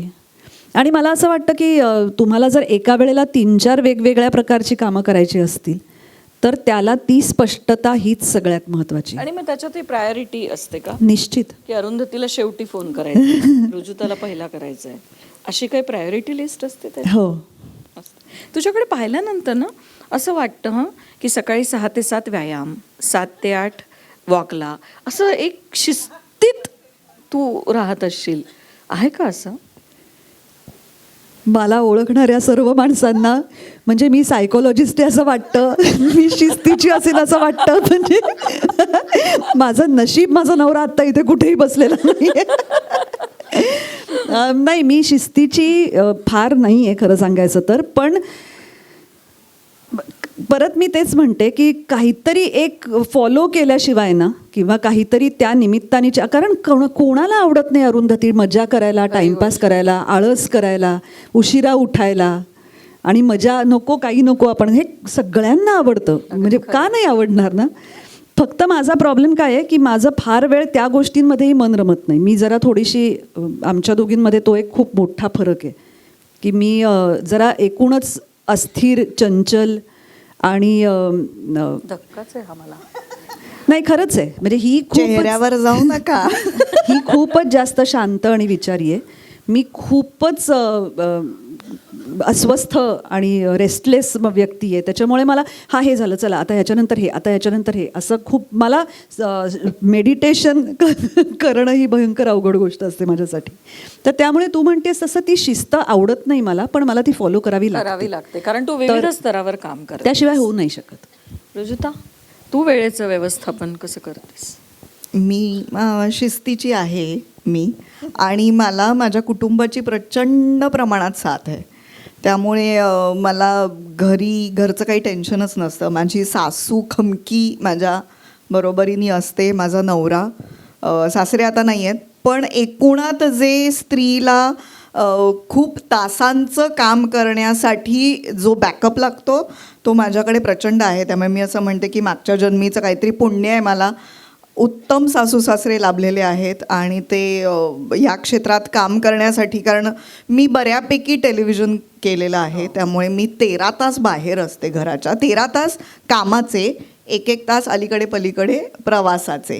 म्हणजे मुलगी लहान होती तेव्हा ती झोपलेली असताना मी बाहेर पडायचे आणि घरी आल्यावर ती झोपलेली असायची. अशा परिस्थितीत जर मी काम करत असीन तर माझी सासू असल्याशिवाय शक्यच नाही. त्यामुळे मी कायम म्हणते की ते तिघं आहेत माझ्या पाठीशी म्हणून सगळं होऊ शकलं आहे. बाकी शिस्तीची म्हणजे मी माझं खाणं पिणं, कुटुंबाचं खाणं पिणं ह्या बाबतीत जरा जागरूक आहेत, काळजी घेते. आणि मुलीच्या बाबतीत म्हणाल तर क्वालिटी टाईमवर माझा खूप जास्ती विश्वास होता, कारण मी खूप जास्ती बाहेर असण्यामुळे जो मी वेळ देते तो किती महत्त्वाचा आहे, तो वेळ मी तिच्यासाठी काय करते आणि तिला किती महत्त्व देते ह्याच्यावर जास्ती भर होता. आणि आज आता ती 21 वर्षांची आहे, तर असं वाटतंय की जमलंय बहुतेक मला. नाही, पण एक मला अगदी खरंच सांगावं असं वाटतं, म्हणजे ही खूप हिच्याकडनं शिकण्यासारखी गोष्ट आहे की रुजुता ना खूप त्या क्षणात जगणारी व्यक्ती आहे. आज आता इथे हे करायचं आहे म्हटल्यावर तिचा 100% फोकस त्याच्यावर असतो. आणि हे मी म्हणजे आम्ही दोघी जेव्हा त्या अगबाई होचकीचं शूटिंग करायला भेटतो तेव्हा मी ती दारात आल्यापासनं इकडच्या तिकडच्या इतक्या गोष्टी बोलत असते आणि ती सतत मला ओढून परत तुझ्या कामावर आणते. मी खूप ओरडा खाते. मग मला वाटतं ही ना ब्लेस्ड चाइल्ड पण आहे बघ हो, ना. हो. लहानपणी वडिलांचं प्रोडक्शन हो, हो, हाऊस, हो. घरातच तिला बाल कलाकार म्हणून संधी मिळणं, नंतर विनय काकांनी तिच्याकडे स्वतःहून चालत येणं आणि एकूण इतके उत्तम सासू सासरे मिळणं आणि नवराही आणि आता मुलगी पण तिकडे येणारच आहे मी. मला तुला एक प्रश्न विचारायचा आहे की पूर्वीच्या काळी मालिकांमधनं जेव्हा चॅनल्सचा सुळसुळाट नव्हता तेव्हा स्त्रीची प्रतिमा खूप छान छान मालिका होऊन गेल्या, फार वेगळ्या पद्धतीने दाखवली जायची. आता स्त्रीची प्रतिमा जेव्हा दाखवली जाते, मी तर फार कमी सिरियल बघते, पण जे काही मी ऐकत असते की कधी सासू सुनेला विष देते, कधी सून सासूला विष देते. ह्या सगळ्या प्रकारामध्ये स्त्रीचं सशक्तीकरण माध्यमांमधनं दाखवलं जात आहे असं तुला वाटतं का, की तिची अधोगती होताना दिसते असं तुला वाटतं? कारण तू एक लेखिका आहे, अनेक मालिकांचं तू संवाद लेखन करते, त्यावेळेला तुला हे कितपत चॅलेंजिंग वाटतं स्त्रीची प्रतिमा लोकांसमोर दाखवणं? आता ना तुम्ही नवरात्रीतले एपिसोड्स बघा, प्रत्येक सिरियलमध्ये ती जी हिरोईन असेल ती हातात त्रिशूळ धरून उभी राहील. कारण आपल्याकडे ती इमेज तशी झाली आहे. बापरे, हा खूप मोठा विषय आहे. मी नाही, पण हा फार मला महत्त्वाचा वाटतोय विषय, कारण सतत कोणीतरी म्हणजे बायकाच एकमेकींचा सतत सूड घेतानाच का दाखवल्या जातात? म्हणजे आता काळ खूप बदलला आहे. आता सासू, हो, आणि अगं सासू सुना आता आई आहे की सासू आहे ओळखू येत नाही, इतकी छान नाती त्यांच्यामध्ये आता दिसतात. म्हणजे ही सून आहे की मुलगी आहे हे कळत नाही. अशा ह्याच्यात सतत एकमेकींची सूड घेत असतात. तर थोडंसं मी शक्य तितकं संक्षिप्त पद्धतीने याचं उत्तर देण्याचा प्रयत्न करते. आपण असं म्हणूया की साधारणपणे 1998-99 पासनं दूरदर्शनच्या व्यतिरिक्त हे प्रायव्हेट चॅनल्स आपल्याकडे सुरू झाले आणि अचानकपणे जिथे आपण रोज संध्याकाळी 7:30 किंवा 8 वाजता एक श्वेतांबरा किंवा एक चिमणराव गुंड्या सारख्या मालिका बघत होतो, तिथे आपण अचानकपणे दिवसात 4-4, 5-5 मालिका बघायला लागलो किमान. तेव्हा 1-2च चॅनल्स होते. ETV होता आणि तारा सुरू झाला पण तो पुढे चालला नाही. अल्फा मराठी होता ज्याचा झी झाला पुढे. त्यावेळेला चॅनल TRP वगैरे असा काही प्रकार नव्हता. तेव्हाचे ज्या मालिका होत्या म्हणजे आभाळमाया असेल, वादळवाट असेल, त्यांचे लेखक हे त्याच्या आधीच्या पिढीच्या लेखकांवर किंवा त्या साहित्यावर पोचलेले होते. त्यामुळे ती पिढीच संपूर्णपणे वेगळी होती, प्रेक्षकांची पिढी वेगळी होती. ज्याला आपण फर्स्ट जनरेशन रीडर्स म्हणतो तसे त्यावेळचे सगळे फर्स्ट जनरेशन व्ह्युअर्स होते. त्याच्या आधी लोकांच्या घरोघरी TV सुद्धा नसायचे इतक्या मोठ्या प्रमाणात. अल्फा मराठी सुरुवातीला आला तेव्हा तो पेड चॅनल होता, तुम्हाला तो बघण्यासाठी पैसे द्यावे लागत होते. मध्यमवर्गीय शहरांमधल्या कुटुंबांमध्ये हे टी व्ही किंवा हे चॅनल्स यायला लागले होते. खेड्यापाड्यामध्ये तोपर्यंत ते आलेले नव्हते. फ्री टू एअर चॅनल्स झाले तेव्हा ते खेड्यापाड्यात दिसायला लागले. मी नेहमी असं म्हणते की मालिका हे क्षेत्र असं आहे की ज्याच्यामध्ये संध्याकाळी 7-7:30 वाजता जेव्हा तुम्ही टी व्ही लावता तेव्हा त्याच्यात जी मालिका तुम्ही बघता ती मालिका माझ्या घरात बघितली जाते त्याच वेळेला. ती मालिका मलबार हिलमधल्या एखाद्या बंगल्यात त्याच वेळेला दिसते. ती कुठल्या तरी बार्शी किंवा त्याच्याही पेक्षा आतमधल्या खेड्यात गावात त्याच वेळेला दिसते. ती मुंबईतल्या चाळीत त्याच वेळेला दिसते. ती झोपडपट्टीत दिसते. ती हॉस्टेल्समध्ये दिसते. ती जगात कुठेही त्यावेळेला ती मालिका दिसते. आता प्रश्न काय आहे की जेव्हा तुम्हाला एकच गोष्ट इतक्या मोठ्या ऑडियन्सला प्लीज करणारी करावी लागते तेव्हा तिचा लोएस्ट कॉमन डिनॉमिनेटर शोधावा लागतो. जसं जगात सगळीकडे व्हॅनिला आईस्क्रीम जनरली खाल्लं जातं तसं जगात सगळीकडे काही विषय, काही नाती, काही प्रश्न हे युनिव्हर्सल आहेत. म्हणजे उदाहरण द्यायचं झालं तर कुठल्याही संस्कृतीत, कुठल्याही इकॉनॉमिक क्लासमध्ये, कुठल्याही सोशल क्लासमध्ये नवरा बायकोच्या नात्यामध्ये आलेली तिसरी व्यक्ती ही त्रासदायकच असते. मग तुम्ही कितीही मॉडर्न असा, तुम्ही कितीही वैचारिकदृष्ट्या पुढारलेले असा, नवऱ्याला बायको व्यतिरिक्त कोणीतरी एक बाई आवडते हे त्या बाईला दुःखदच असतं. तिची रिॲक्शन बदलते. आता एखादी पुढारलेली वैचारिक किंवा खूप अभ्यासू प्रगल्भ स्त्री कदाचित आदळापट करणार नाही, भांडी फोडणार नाही, नवऱ्याला त्याच्या अंगावर धावून जाणार नाही, ती आबोला धरेल. या व्यतिरिक्त म्हणजे या उलट एखादी नळावर भांडणारी, असं मी एक उदाहरण म्हणून देते, मला अजिबात त्यांच्याविषयी असं काही बोलायचं नाही, ती खूप बाई आदळापट करेल, तिची रिॲक्शन बदलेल. प्रश्न त्रासदायकच आहे. सासू सून हे नातं हे कॉम्प्लिकेटेडच आहे. आपल्याला, मी नेहमीच असं म्हणते की आपण 1% प्रेक्षकांपैकी एक आहोत ज्यांच्या घरांमध्ये खूप छान वातावरण असतं. आपल्याला जे दिसतं त्याच्या पलीकडे अफाट जग आहे ज्याच्यामध्ये अतिशय कॉम्प्लेक्स प्रश्न असतात जे आपल्यापर्यंत पोचत नाहीत आणि म्हणून ते नाहीच आहेत असं आपल्याला वाटतं. पण जेव्हा आई कुठे काय करते सारखी मालिका मी लिहायचे तेव्हा मी तुम्हाला आता मी इथे दाखवू शकत नाही पण खोटं वाटेल, मला 900 मेसेजेस यायचे. 900 हां. यात अतिशयोक्ती नाही. ज्याच्यामध्ये मोठमोठ्या फॅमिलीजमधल्या बायकांचे मेसेजेस असायचे नावासकट की मी एक्स कुठल्या तरी प्रचंड मोठ्या फॅमिलीतली आहे, माझं माझ्या नवऱ्याशी पटत नाही, त्यांनी मला घराबाहेर घालवलं आहे, ते मला मुलांना भेटू देत नाहीत. मी तुम्हाला कंपनीची नावं देऊन सांगू शकते की कुठल्या तरी बिझनेस कंपनीमध्ये मुलगा दारुडा आहे म्हणून त्याचं लग्न करून देण्यासाठी मंचरसारख्या कुठल्या तरी एका खेड्यातल्या मुलीला लग्न करून घरात आणून बसवलं आहे कारण त्या पुरुषाची 2 लहान मुलं आहेत जी सांभाळायला कोणीतरी हवं म्हणून सासू सासऱ्यांनी तिला आणून बसवले. अशा मी असंख्य केसेस सांगू शकते.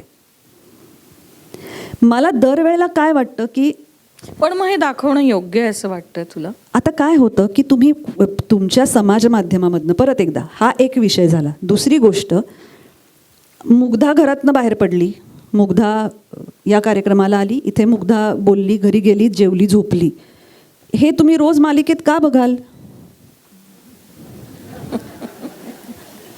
मुग्धा घरातनं बाहेर पडली, ती खाली आली, तिच्या गाडीचं टायर पंक्चर झालं, मग तिने अरुंधतीला फोन केला, मग अरुंधती चिडली, ती इथे आली, तोपर्यंत रुजुताला सॉलिड काहीतरी इथे बाजी मारलेली होती, लोक तिचं कौतुक करत होते आणि मुग्धा जेलस झाली. हा ड्रामा आहे ना, तो दाखवावा लागतो. लोकांना नाट्य लागतं. आणि काय सांगू का, आपण हे मान्य करायला कदाचित घाबरतो पण आपल्याला आपल्या रोजच्या आयुष्यामध्ये नाट्य लागतं. आपण नाट्य बघतो, आपण नाट्य बघायला जातो, आपण नाट्य असलेल्या गोष्टींकडे आकर्षित होतो. टेलिव्हिजन ही गोष्ट अशी आहे की ती तुमच्या घराघरात असते, ती फुकट असते, हवं तेव्हा बंद करता येते, सुरू करता येते. त्यातही त्या क्षेत्रात किंवा त्या माध्यमात जेवढी स्पर्धा आहे तेवढी इतर माध्यमांमध्ये कमी असते तुलनेने. इतर माध्यमांमध्ये तुम्हाला नाटक बघायचं असेल तर तुम्हाला पैसे खर्च करून तिकीट काढून कुठेतरी जाऊन तुमच्या अर्ध्या दिवसाचा तो कार्यक्रम करावा लागतो. त्यामुळे तुम्हाला एक चॉईस असतो किंवा निवड असते. तुम्ही विचार करता की हे नाटक मला बघायला आवडेल का, मी याला जाऊ का. टेलिव्हिजन हे माध्यम असं आहे की तुम्ही संध्याकाळी 7:30, 8, 8:30 वाजता जी मालिका बघायला बसता त्यावेळेला घरात कुठेतरी तो टी व्ही लावलेला असतो. तिथेच समोर बसून मुलं अभ्यास करत असतात. आपली एक कुटुंब पद्धती जी आहे तिथे हॉलमध्ये टी व्ही असतो. त्याच्या अवतीभोवती बाकीची माणसं कोणीतरी कुठेतरी फोडणीला टाकत असतं, कुठेतरी कुकरच्या शिट्टीचा आवाज येत असतो, कुठेतरी आजी बसलेली असते, आजोबा पेपर वाचत असतात, आई वडील नोकरी करून आलेले असतात. त्यांना तुम्ही जितका जास्त ड्रामा दाखवाल तितके ते बसून बघणार आहेत. जसं मी म्हटलं तसं की तुम्ही बरं नव्हत्या का आपल्याकडे, म्हणजे शेवटची एपिसोडिक मालिका मीच केली होती. प्रपंच नाही, अंकुर नावाची प्रतिमाताई कुलकर्णींची मालिका. मी आणि कविता लाड त्याच्यामध्ये होतो. ती मालिका बंद पडली 49 एपिसोड्स नंतर, कारण लोकांच्या असं लक्षात यायला लागलं की डेली सोपमधलं नाट्य जास्त बघितलं जातं आहे. दैनंदिन मालिकामध्ये आणि त्याच्यात तुम्ही जेवढं जास्त नाट्य ओताल तेवढं जास्त बघितलं जातं आहे. तिसरी गोष्ट, दर काही वर्षांनी ट्रेंड्स बदलतात इतर सगळ्या माध्यमांप्रमाणे. जेव्हा आपण आभाळमायासारख्या मालिका करत होतो, वादळवाट करत होतो, तेव्हा मला असं वाटतं की दूरदर्शनच्या पलीकडे आपण एक्सटेन्शन म्हणून प्रायव्हेट चॅनल्सकडे बघायला लागलो होतो. त्यातल्या व्यक्तिरेखा या बऱ्यापैकी तुमच्या माझ्या घरात दिसणाऱ्या होत्या. पण त्याच वेळेला हिंदी मालिका सुरू झाल्या. तुम्ही तारा बघायचात, तुम्ही ती कुठली किटी पार्टी बघायचात, कहाणी घर घर की बघायचात. ती संस्कृतीच बडेजावाची आहे. मोठी मोठी घरं, प्रचंड मोठ्या मोठ्या फॅमिलीज, दागदागिने, उत्सवी सगळं. आपली संस्कृती तशी नव्हती. पण मग पुन्हा काय लक्षात यायला लागलं की अरे लोक ते जास्त बघतायत. म्हणजे कदाचित एक रोजचा वरण भात खाल्ल्यानंतर बिर्याणी खायला जशी माणसाला आवडते तसं ते आवडायला लागलंय. आपल्याकडे कुठे होतं झोपेतनं उठल्यानंतर दागदागिने घातलेल्या बायका. आभाळमायामध्ये सुधा जोशीकडे 2, एक हिरवी आणि एक निळी साडी होती. पण त्याच्यानंतर जेव्हा ती नीना कुलकर्णीची सिरियल आली ज्याच्यामध्ये तिने ते नागमोडी नाग वगैरे काढायला सुरुवात केली, तेव्हा तो इन्फ्लुएन्स हिंदी मालिकांचा होता. त्याच्यामुळे कसं होतं की ती 5-7 वर्ष तशी गेली. त्यानंतर एक काळ असा आला होता की जेव्हा सगळ्या मालिका विनोदी असायच्या. प्रश्न कितीही गंभीर असू दे, मालिका विनोदी पाहिजे. मग ती माझ्या नवऱ्याची बायको असली तरी चालेल. म्हणजे पुन्हा एकदा ट्रायंगलच, पण आपण तो प्रेझेंट करतो विनोदी पद्धतीने. मुग्धा, इथे मी तुला म्हणते की जे अस्सल असतं ना, म्हणजे आता अगदी सुधा जोशीकडे 2च साड्या होत्या, तरी आजही ती सुधा जोशी आपल्याला आभाळमायामधली लक्षात आहे. पण तुला एक सांगू का अरुंधती, पुन्हा एकदा माझं या बाबतीतलं थोडं वेगळं मत असं आहे की आपल्या सगळ्यांच्या आयुष्यात नॉस्टॅल्जिया हा खूप मेजर रोल प्ले करत असतो. No doubt. म्हणजे मी स्वतः आभाळमायाचा भाग होते, रुजुता होती, आमची सगळ्यांची करिअर्स त्या मालिकेने घडवली आहे. पण आभाळमाया सुद्धा पहिल्या वर्षभरानंतर ही सिरियल भरकटते असं म्हणणारी माणसं होती त्या काळातही. किंवा तेव्हा चॅनल नव्हता, TRP नव्हता, तुम्ही अशा पद्धतीने मालिका करा असं सांगणारं कोणी नव्हतं, त्याचा काही अभ्यास होत नव्हता. पण आता एक मालिका जेव्हा तुम्ही करता तेव्हा त्याच्या मागे एक वेगळी मालिका सुरू असते चॅनल्समध्ये, आणि ती काही संपूर्णपणे मूर्खासारखी नसते. अगं त्यांचा तो अभ्यास असतो, ते मार्केटिंग असतं, ते शोधून काढत असतात, ते ठिकठिकाणी जाऊन लोकांशी बोलत असतात. काय बाबा तुम्हाला बघावं असं वाटतंय, या मालिकेतलं तुम्हाला काय आवडतंय. आम्हाला प्रत्येक सिरियलच्या TRPमध्ये प्रत्येक एपिसोडचा मिनिट आणि मिनिट दिसतो, त्याचा ग्राफ दिसतो. कुणा कलाकारांचे रोल्स लोकांना आवडत आहेत, कुणाचे आवडत नाहीत, हे सगळं आम्हाला दिसतंच तिथे. तू डिनाय कसं करशील. ती गरज आहे आता. त्यामुळे माझी खूप इच्छा आहे अगं की स्त्रीची प्रतिमा आपण अशी दाखवूया, तशी दाखवूया. पण ती आता गरज आहे माध्यमांची, आणि म्हणून ते करावं लागतंय असं तुला वाटतं. हां, म्हणजे काय आहे की ही काही फार आनंदाची गोष्ट निश्चित नाही. आम्हालाही अनेकदा त्याचा उबग येतो, आम्हालाही अनेकदा असं वाटतं की हे वातावरण असं नसलं तर बरं होईल. पण परत एकदा आता हे प्रेक्षकांच्या कोर्टात बॉल टाकण्यासारखं थोडंसं होतं. पण जोपर्यंत तुम्ही बघता आहात तोपर्यंत ते तसं चालू राहणार आहे. तुला काय आणि वाटतं. याचंच एक्सटेन्शन म्हणून जसं मुग्धा म्हणाली की चांगल्या मालिका करण्याचा प्रयत्न ज्यांनी जेव्हा केलाय त्या मालिका लवकर संपलेल्या आहेत. कारण त्यांना TRP मिळालेला नाही. आणि शेवटी तो बिझनेस आहे चॅनल पॉईंट ऑफ व्ह्यूनी. म्हणजे माझी एक मालिका होती आनंदी हे जगसारे म्हणून, ऑटिस्टिक मुलगी होती माझी, अत्यंत गोड मालिका होती, सोनी मराठीवर होती, वेगळा विषय, आई मुलीची गोष्ट होती आणि चांगली चालली होती. पण सोनी मराठी कोणी बघत नाही फार, ती मालिका कोणी बघत नाही फार. मग त्या मालिकेत सासू सून सुरू केलं त्यांनी नंतर. माझा रोल लवकर संपला, ती आई मरते, मग त्या ऑटिस्टिक मुलीचं काय होतं अशीच गोष्ट होती पुढे. पण मग नंतर मग एक मुलगी आली, मग एक सासू आली, मग किचन ड्रामा सुरू केला आणि थोडा TRP वाढला. इतकं आम्हाला टीमला दुःख झालं की आपण किती वेगळा विषय देण्याचा प्रयत्न करत होतो. तेव्हा ऑटिस्टिक मुलांसाठी काम करणाऱ्या सगळ्या संस्था खुश होत्या आमच्यावर की अशी काहीतरी एक मालिका आली.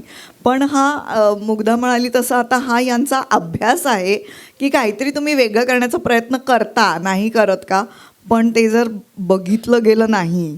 मला असं वाटतं प्रेक्षकांची याच्यात खूप महत्त्वाची भूमिका आहे की काय बघायला हवं आणि काय बघायला नको, जेणेकरून चांगल्या मालिकांना, चांगले विषय हाताळणाऱ्या, भले त्याच्यात भडक दागिने नसतील, भडक कपडे नसतील, मेलोड्रामा नसेल, पण ते चांगल्या गोष्टी बघितल्या गेल्या पाहिजे, ही आपल्या प्रेक्षकांची सुद्धा एक जबाबदारी आहे आमच्या.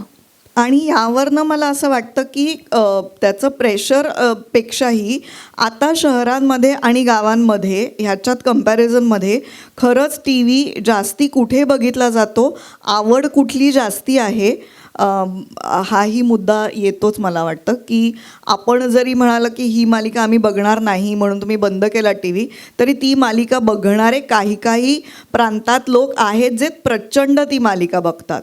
त्यामुळे आपण कितीही जबाबदारी घेतली तरीही ती आवड असणारी माणसं आहेत. आता एका हे वेगळ्या उदाहरण म्हणून सांगू का अधूनदा, ती थोडंसं त्याला पुढे फक्त, की जसं 93-94 साली अचानकपणे भारतातल्या अनेक मॉडेल्स मिस वर्ल्ड आणि मिस युनिव्हर्स व्हायला लागल्या, तर त्याआधी भारतात सुंदर बायका नव्हत्या का? खूप होत्या. पण त्यावेळेला आता हा काही लोकांचा अभ्यास असा आहे की त्यावेळेला तसं का झालं, तर अचानकपणे इंडियन मार्केट कॉस्मेटिक्ससाठी ओपन झालं आणि जास्तीत जास्त प्रमाणात ती इंडियन मार्केटला टार्गेट करून कॉस्मेटिक कंपनीज भारतात व्यवसाय करण्यासाठी आल्या. आणि त्यांनी काय केलं, त्यांनी ह्यांना, या बायका हुशार होत्या, सुंदर होत्या, त्यांच्या अगेन्स्ट माझं काही म्हणणं नाही. मुद्दा माझा असा आहे की जेव्हा तुम्हाला ते मार्केट दिसतं तेव्हाच तुम्ही त्याच्यात प्रयत्न करता ना. बरोबर, मागणी तसा पुरवठा होतो. आता एका वेगळ्या प्रश्नाकडे वळते की तुमच्या क्षेत्राबद्दल खूप वेगवेगळ्या प्रकारचं बोललं जातं. तुमच्या क्षेत्रामध्ये बदनामी पण खूप लवकर होते, कोणाची नावं जोडली जातात. ह्याकडे तुम्ही दोघीही कशा बघता? At the same time social मीडियाच्या माध्यमातून आता खूप जास्त एक्सपोजर कलाकार स्वतःचं करत असतात, तर तुम्ही दोघी याच्याकडे कसं बघता? तुझ्यापासनं आवडेल. हां, थँक्यू क्रम बदलल्याबद्दल. तुझ्यापासनं आवडेल.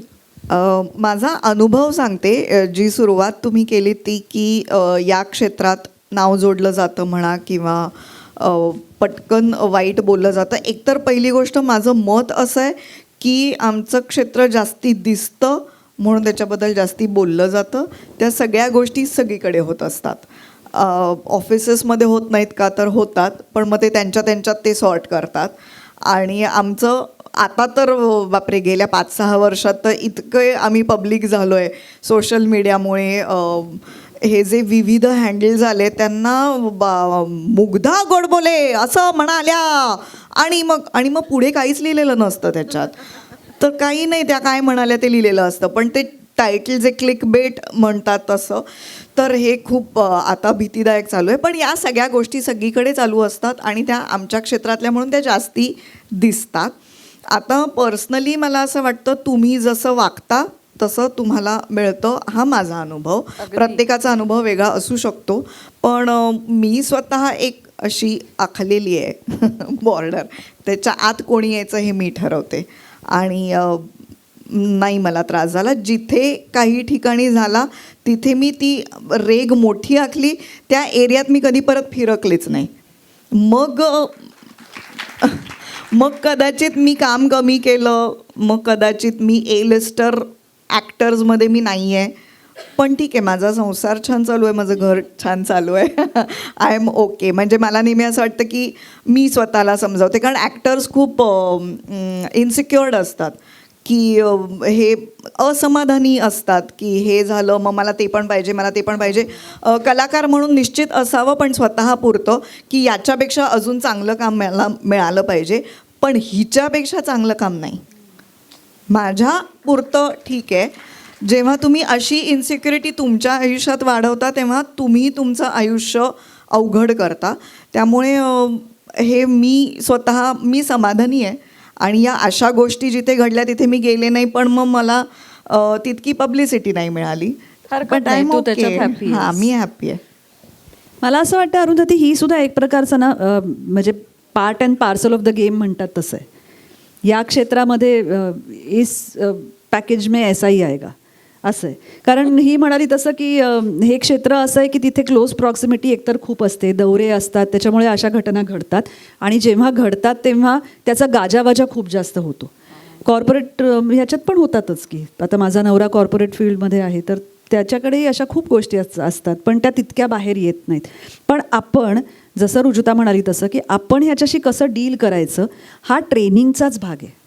इतर सगळ्या गोष्टी जशा आपण शिकतो तशी ही गोष्टसुद्धा शिकण्याचीच गरज असते की मी कसं या लोकांना लांब ठेवीन. कारण हे अनुभव आम्हाला सगळ्यांना कधी ना कधीतरी आलेलेच असतात, ते काय आपण टाळू शकतच नाही. पण ह्यात आपल्याला कुठपर्यंत जायचं आहे आणि कुठून पुढे आपल्याला अंतर ठेवायचं आहे हे आपण अनुभवातनं शिकत जातो. आणि हे ट्रेनिंग या क्षेत्रात नव्याने येणाऱ्या मुलींनासुद्धा घ्यावंच लागतं आपलं आपलं. आणि ही एक ऑनगोईंग प्रोसेस आहे. म्हणजे ह्याच्यात आपण एक पण सध्या सोशल मीडियाचं जे खूप जास्त डिमांड आहे तुमच्या क्षेत्रासाठी, त्याबद्दल तुला काय वाटतं? दुधारी तलवार आहे. तुम्हाला सोशल मीडिया 100% आता आपल्या आयुष्यातनं मायनस करूनही चालत नाही. दुसऱ्या बाजूनी जाहिरातींचं आता ते सगळ्यात मोठं माध्यम झालं आहे. तुमचं काम लोकांपर्यंत पोहोचण्यासाठीचं सगळ्यात मोठं माध्यम झालं आहे. सोशल मीडिया जास्त आपल्याकडे यंगस्टर्स वापरतात. म्हणजे आता कसं झालं आहे की टेलिव्हिजन हा 40च्या वरच्या प्रेक्षकांसाठीचं माध्यम समजलं जातं, सोशल मीडिया हे तरुण मुलांचं समजलं जातं. त्यामुळे तुम्ही काय काम करताय हे सोशल मीडियावरती जेव्हा येतं तेव्हा तरुण मुलांना कळतं, कारण ते टी व्ही बघत नसतात बहुतेक वेळा. सोशल मीडियावर जे प्रचंड मोठ्या प्रमाणात छोट्या छोट्या गोष्टींचा सुद्धा गाजावाजा केला जातो तो होऊ नये, ट्रोलिंग होऊ नये, पण ते त्या माध्यमाचं कल्चर आहे, त्याला तुम्ही काही नाही करू शकत. हे बरं, तुम्ही नकार कसा पचवता? म्हणजे खूप ठिकाणी ऑडिशन्स द्यायला कदाचित जावं लागत असेल आणि 3-4 ठिकाणून नकार आला, कसं बघतेस तू नकाराकडे? मी म्हणजे आम्ही दोघीही बहुतेक ॲडसाठी प्रचंड ऑडिशन्स देत आलो आहे पूर्वीपासून. आणि कायम मी 2 प्रोजेक्ट्सच्या मध्ये सुद्धा ॲडच्या ऑडिशन्स देत असते. मला मॅक्सिमम नकार तिथून आला आहे म्हणून मी ॲड्सविषयी बोलते आहे. तर सुरुवातीच्या काळात म्हणजे 99-2000 साली खूप कमी मराठी मुली होत्या ज्या ॲडसाठी ऑडिशन्स द्यायच्या. तेव्हा 100, 150, 200 ऑडिशन्स दिल्यानंतर एखादी ॲड मिळायची.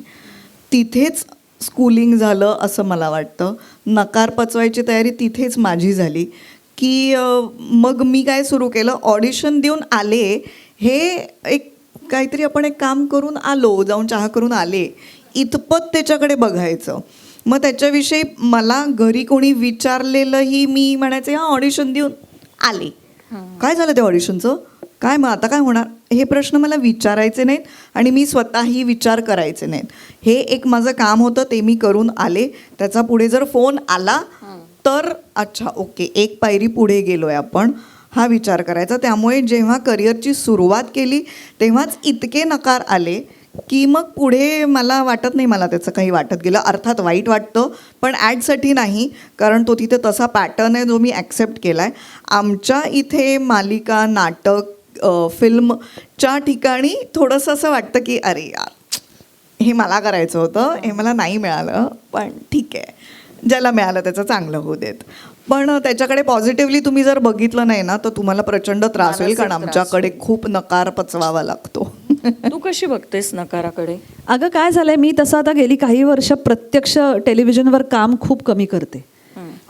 अभिनय लिखाणाकडे जास्त ते माझं मी येणारच आहे की एक लेखिका आणि 2 मालिका, ते मी येणार आहे तिकडे. हो कसं बॅलन्स करते ते? इकडचे डायलॉग तिकडे, तिकडचे इकडे, असे काही सरमिसळ होते का? नाही. कारण दोघांची वेगळी डिमांड, पॅरलल दोन्हींचं लिखाण, कसं ते सुचतं कसं तुला इतकं सगळं पटपट? का आता आपल्या आजूबाजूला रोजच्या दिवसात एक 20-25 माणसं असतात, वेगळ्या वेगळी कॅरेक्टर्स असतात. ती पण कुठे सरमिसळ करतो नावांची त्यांच्या? ती सगळी कॅरेक्टर्सच असतात ना. We should clap for her. तर त्यामुळे आता गेल्या काही वर्षात असं झालंय की नकार पचवण्याची फार वेळ माझ्यावर येत नाही, कारण मी तेवढं प्रोॲक्टिव्हली काम करत नाही, म्हणजे अभिनय करत नाही. पूर्वी जसं रुजुता म्हणाली तसं खूपच नकार. एकतर अगं मला माझ्या उंचीला कोणी हिरोच मिळायचा नाही. मला पण अपोजिट आहे आमच्या उंचीचा प्रॉब्लेम. त्यामुळे मला असे फोन यायचे की तुझी उंची किती आहे ग? काय 5-6? आजी ग जाऊ देत असं म्हणजे हिरो मिळत नाहीत म्हणून माझे कित्येक रोल्स गेलेले आहेत. आता ह्याला मी काय करू? पण असा नकार येतो आणि तो न पचवून जाशील कुठे? पचवावे तर लागतातच. पचवावे लागतील आणि पुन्हा त्या क्षेत्रात राहायचंय आपल्याला. हो, काम त्याच्यामुळे करायचंय. आपल्याला अजिबात त्याच्याविषयी बिटरनेस, पुढच्या वेळेला ती माणसं समोर आल्यानंतर तितकंच हसत हसत त्यांना भेटायचं, आपल्या मनात काही ठेवायचं नाही, हे सगळं करावं लागतं. प्रेक्षकांची अभिरुची, त्यांच्या अपेक्षा आणि तुमची व्यक्तिगत अभिव्यक्ती याचं संतुलन कसं साधतेस?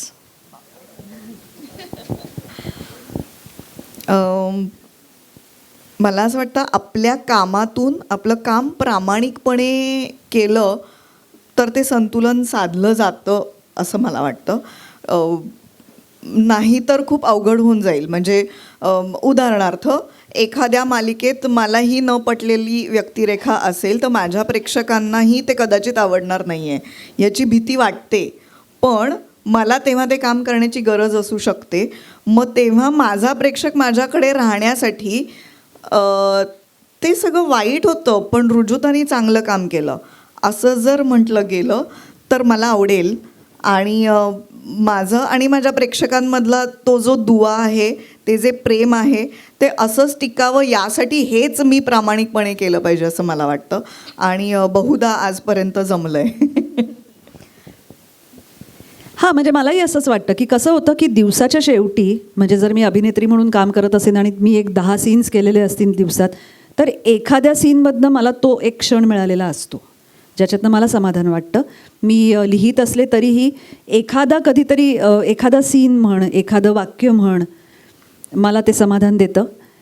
अभिनय करून किंवा प्रेक्षकांसमोर येऊन तुम्हाला हाय मिळते आणि लिखाण, हाय म्हणजे हाय वेगळ्या भावना पोहोचल्या. इंग्लिश हाय, इंग्लिश हाय मिळते किंवा तुम्हाला उत्फुल्ल वाटतं आणि लिहिल्यानंतर तुम्हाला शांत वाटतं. हे एक्झॅक्टली उलटं होतं. पण त्याच्यामुळे हो, आपण करतो ते मुळात ना, एक गोष्ट मी प्रामाणिकपणे सांगते की मी अजिबात अशा भावनेनी कुठलंच काम करत नाही की मी करीन ते प्रत्येक काम काहीतरी खूप जागतिक दर्जाचं असेलच आणि ते ग्रेट असेलच. हे आपण नोकरी करतो तेव्हा कुठे रोज येणारं प्रत्येक काम आपल्याला आवडत असतं. तसा हा आमचा व्यवसाय आहे आणि ह्याच्यातले 2 मालिका कदाचित मला नाही आवडणार, पण मग तिसरी करताना मला खूप मजा येईल.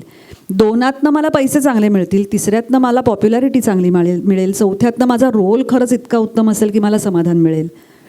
तर हा बॅलन्स आपल्याला ठेवावाच लागतो. असं नाही होत की एकच काहीतरी मी 5 वर्षातनं आमिर खानसारखा एक सिनेमा केला आणि तोच तारे जमीन पर झाला, असं नाही होत आमच्या तरी क्षेत्रात. त्यामुळे करत राहावं लागतं. त्याच्यातनं कुठेतरी कधीतरी तुम्हाला काहीतरी एक समाधान आणि निश्चित तुम्ही मिळतं. कधी क्लिक, तुमचं काय होईल हे तुम्हाला माहिती नसतं. मला वाटतं आरपारच्या बाबतीत असं झालंय की ते आरपार पोहोचलंय लोकांपर्यंत आणि ते खूप आवडतंय लोकांना. तसंच तुझा द अनुरूप शो आहे की जो लोकांना खूप आवडतोय. कारण आता मघा तू म्हणालीस तसं इतके पॉडकास्ट आहेत, पण मी स्वतःसुद्धा आवर्जून, मी टी व्ही तर बघतच नाही, पण मी तुम्हा दोघींना आवर्जून फॉलो करते. तुमचे हे कार्यक्रम मी आवर्जून बघते, कारण ते खूप छान असतात.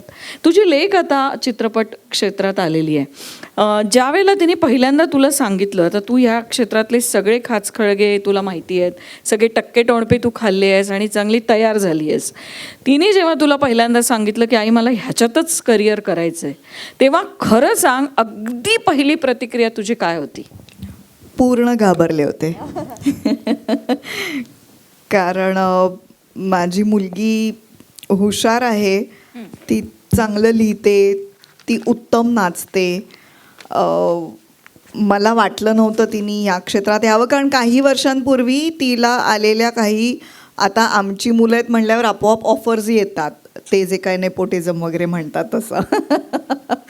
पण तेव्हा तिने नकार दिलेला आहे आणि नव्हती करत ती. पण एक कुठला तरी क्षण, एक तिने चंद्रकांत कुलकर्णी यांच्याबरोबर एक रोल केला. ABP माझाचा सिरीज होती ती, सायकॅट्रिस्ट मनशुद्ध तुझं. त्याच्यात तिने जेव्हा काम केलं तेव्हा तिचं झालेलं कौतुक, तिला मिळालेलं समाधान, याच्यानंतर तिच्याही लक्षात आलं की आपल्याला हे आवडतं आहे. किंवा कॉलेजमध्ये रुईया मधून ती पासआउट झाली आता, तर रुईया नाट्यवलयमध्ये जेव्हा तिने काम केलं तेव्हा तिच्या लक्षात आलं की हे आपल्याला आवडतं आहे आणि त्यातून आपल्याला आनंद मिळतो आहे. तेव्हा तिने ठरवलं, आणि तेव्हा जेव्हा पहिल्यांदा मला असं लक्षात आलं की चटक लागली आहे, तेव्हा पोटात गोळा आला होता. वाटलं नव्हतं की ती या क्षेत्रात येईल. घाबरले निश्चित होते, पण तो एक क्षण होता. मग नंतर मी पूर्णपणे तिच्या पाठीशी होते, कारण मी अशा मताची आई आहे की तिला जे करायचं आहे ते बरोबर आहे, आणि ती स्वतः वयापेक्षा जास्ती मच्युअर्ड आहे, त्यामुळे ती विचारी आहे, मला माहिती आहे. त्यामुळे ती चुकीचं पाऊल टाकणार नाही, आणि टाकलं तर मी आहे, आणि ती तुझी मुलगी आहे, त्यामुळे ती चुकीचं काम करणारच नाही. त्यामुळे नंतर मी पूर्ण पाठीशी होते. आणि आत्ता तिचा जो चित्रपट आलाय April-May 99, त्याचं कौतुक होतंय, लोकांना काम आवडतंय तिचं. तुम्ही सुद्धा सगळे नक्की बघा. अशात आहे ना, मला वाटतं तो Amazon Primeवर हा चित्रपट अवेलेबल आहे. April-May 99, आणि रोहन मापुसकर दिग्दर्शित चित्रपट आहे. कोकणातली फिल्म आहे. फक्त माझी मुलगी साजिरी जोशीसाठी नाही, पण चित्रपट अत्यंत गोड झाला आहे, त्यामुळे तुम्ही पाहावा असं मला खरंच वाटतं.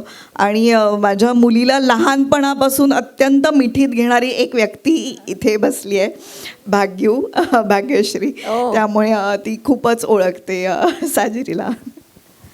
आणि लहानपणची रुजुता कशी काम करत असेल, कशी दिसेल, असं तिला बघून वाटू शकतं. इतकी ती डुप्लिकेट रुजुता आहे, आणि त्यामुळे ती तितकीच बिनधास्त असेल आणि तितकीच गोड असेल, या मला खात्री आहे.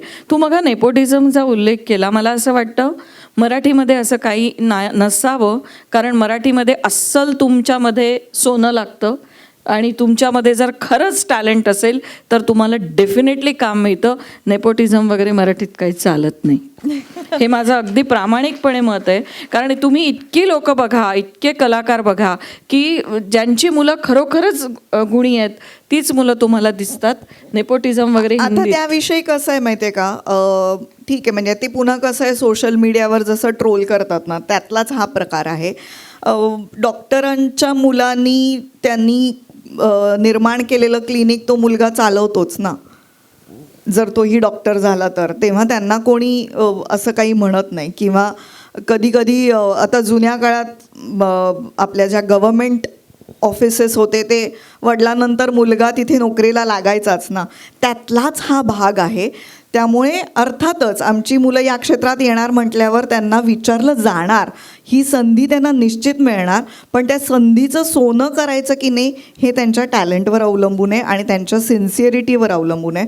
त्यामुळे निश्चित संधी मिळणं कदाचित त्यांच्यासाठी सोपं आहे, पण ते टिकवून ठेवणं, त्याच्यात स्वतःचं टॅलेंट दाखवणं हे त्या मुलांच्या हातात आहे. तुमची थोडं असंही वाटतं याच्याविषयी अरुंधती, की मराठी जे तू म्हणालीस ना, तर मराठी थिएटर, रंगभूमी ही गोष्ट अशी आहे ना की ज्याच्यात तुम्हाला इतकं उत्तम ट्रेनिंग मिळतं.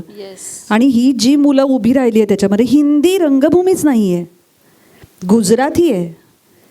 त्याच्यामुळे हिंदीमध्ये जे नेपोटिझम आपण म्हणतो तो चेहरा दिसणं, त्याचं बाकीचं ग्रूमिंग, मराठीमध्ये तुम्हाला खरंच तुमच्यात ती स्टेजवर उभं राहून एक अख्खा 2.5 तासाचं नाटक करण्याची ताकद असावी लागते का मुळात. तेच ना, म्हणून मी म्हणाले ना की सगळ्याच अस्सल दृष्टीने. तुमच्यामध्ये तुम्ही खरं सोनं असायला लागता. व्यक्तिगत प्रसिद्धी आणि कुटुंब याचा बॅलन्स साधणं कठीण आहे का गं?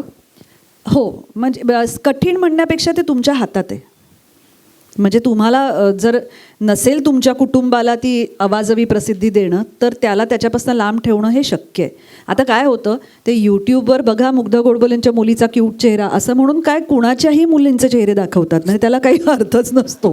नवरे पण नवरे पण दाखवतात. नवरे बायका काहीही. पेमेंट्स वाटेल आणि सगळं खोटं असतं. रुजुता कमाती है साल में इतने पैसे, किंवा उसका हा टर्नओव्हर तिचा है नवरा इतना. मध्ये समीर म्हणजे चौगुले. समीर चौगुलेची बायको म्हणून माझा फोटो होता. त्याच्याच बायकोनी मला पाठवलं का, तर आम्ही एका फिल्म मध्ये नवरा बायको होतो. काहीही असतं. त्याच्यामुळे काय आहे, त्याला काही अर्थच नाही आहे. पण सोशल मीडियावरती शक्यतोवर आमचे फार क्वचित मुलीचे नवऱ्याचे वगैरे माझे फोटो दिसतील, कारण ते भीतीच डिजिटल वाटते टाकायची. हो नको ते डिजिटल फुटप्रिंट ठेवू नये असं म्हणतात. आणि हल्लीची मुलं जरा त्या बाबतीत थोडीशी जास्त की नाही आमचे फोटो हे करायचे असं, म्हणजे माझ्या मुलीचं तरी खूपच असतं. त्याच्यामुळे ते शक्य आहे, त्यांना त्याच्यापासून लांब ठेवणं. एवढं काय आपल्या मागे पॅपॅरझी माझ्या मागे तरी काही नसतं बाबा. त्याच्यामुळे त्यांना लांब ठेवणं तुला शक्य काय असतं. वाटतं? ठेवता येतं आणि ठेवावं या मताची मी आहे. सोशल मीडिया इतका वाढला आहे की त्याची जी चांगली बाजू आहे ती वापरावी, जी मी वापरते, पण त्याची जी वाईट बाजू आहे ती वापरूच नये आपण, जेणेकरून आपल्या कुटुंबात कोणीही येता कामा नये. किंवा मी रोज कुठे आहे किंवा मी कुटुंबाबरोबर, मला तर सवय आहे, समजा ट्रिपला बिपला तरी जाऊन आले तरी मी फोटो व्हिडिओज काढून ठेवते. आल्यानंतर मला वाटलं तर मी पोस्ट करते.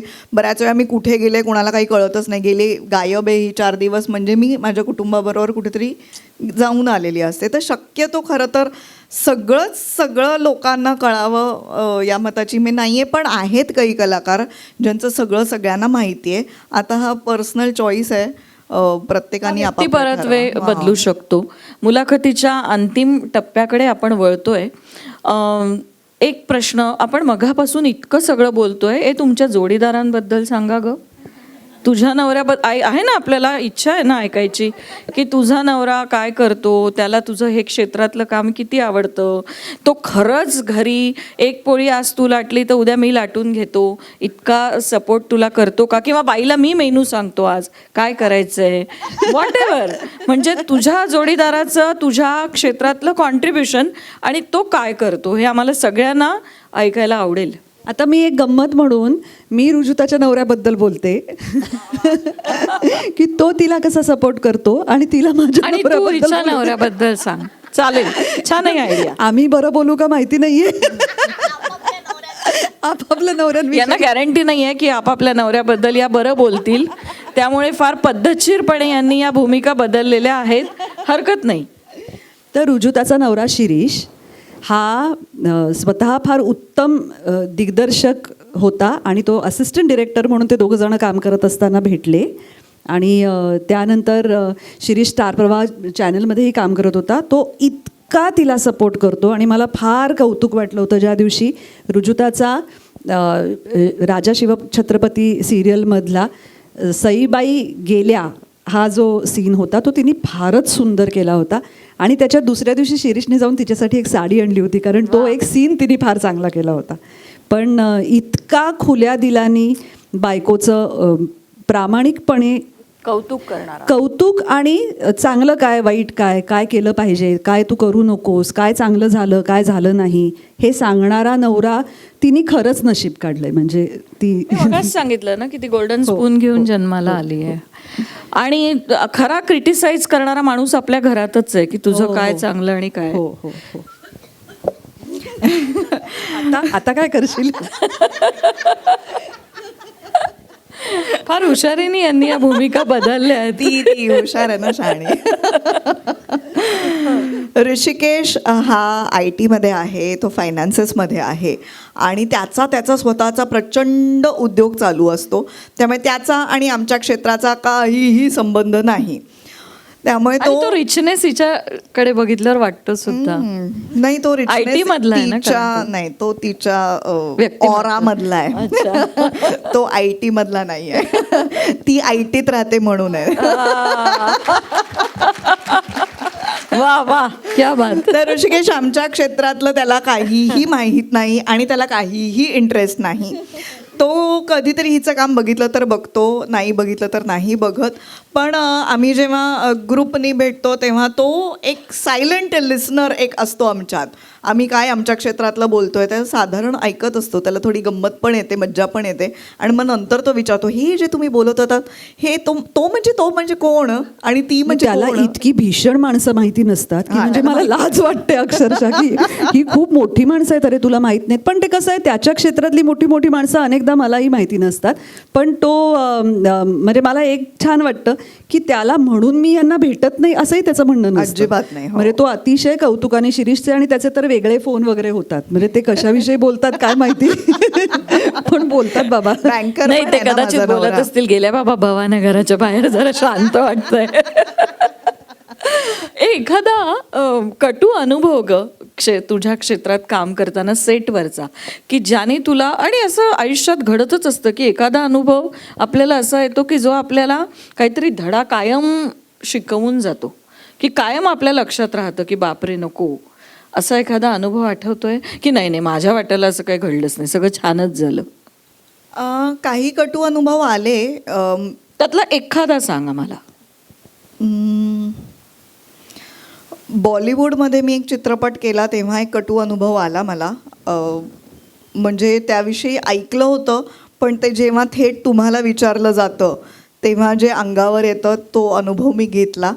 पण एक तर त्याचा अर्थही मला बराच वेळ कळत नव्हता. इतका तो अनुभव मराठीत आलेला नसतो.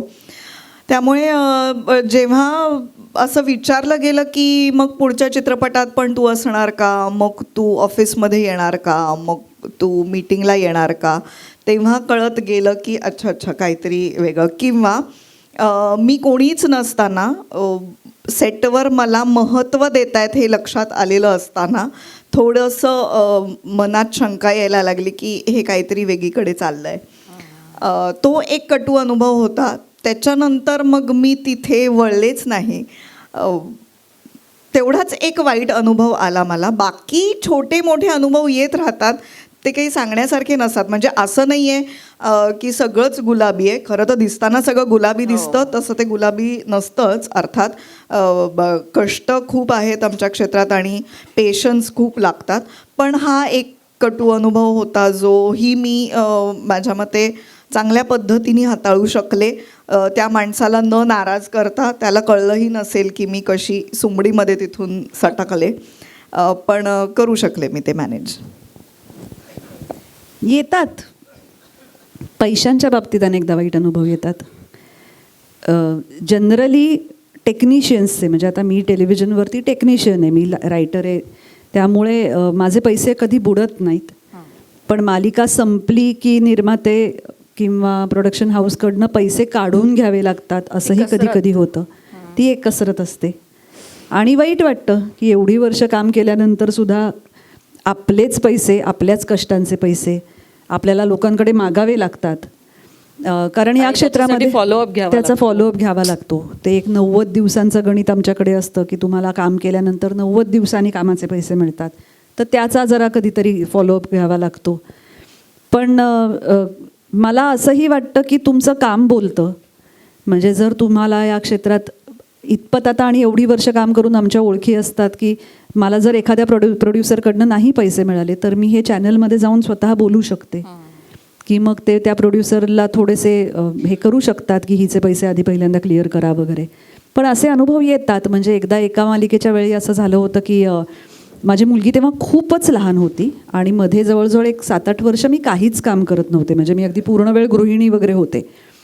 तर तेव्हा माझ्या सासऱ्यांचं ऑपरेशन होतं आणि घरी तोपर्यंत आणि मी अशा विचारात आले होते की आपल्याला काम थांबवावं लागणार आहे, कारण माझा नवरा त्याची तेव्हा फिरतीची नोकरी होती. मग मी आणि माझी मुलगी दोघीच, आई आणि सासू पण येऊ शकत नव्हत्या, सासऱ्यांचं ऑपरेशन होतं वगैरे वगैरे. तर त्याच्यामुळे मी रीतसर 1 महिन्याभराची नोटीस दिली होती की मी या मालिकेतनं बाहेर पडते. आणि त्यानंतर त्या निर्मात्यांनी खूपच दिवस माझे पैसे दिले नव्हते. मग काहीतरी चॅनलमध्ये माझ्या विरुद्ध कंप्लेंट केली वगैरे वगैरे. बराच काळ आमच्या क्षेत्रामध्ये लिखापडी काही नसायची, बऱ्यापैकी सगळं विश्वासावर होतं. पण पुन्हा एकदा चॅनल माझ्या बाजूने उभं राहिलं होतं. त्यांनी सांगितलं होतं की हिचे पैसे तुम्ही क्लिअर करा, कारण माझ्याकडे 1 महिन्याची मी नोटीस दिल्याचा प्रूफ होतं. तर असे अनुभव येतात. पण आम्ही तशा बऱ्यापैकी सीझन्ड त्या बाबतीत आहोत की आता आम्हाला कशा पद्धतीने ते काढून घ्यायचे, काम कसं आपलं रेटायचं, या गोष्टी. किंवा मग शेवटी फारच डोक्याला त्रास होणार असेल तर मग जाऊ दे, आपल्याला दुसरं काम मिळेल असं आम्ही म्हणतो.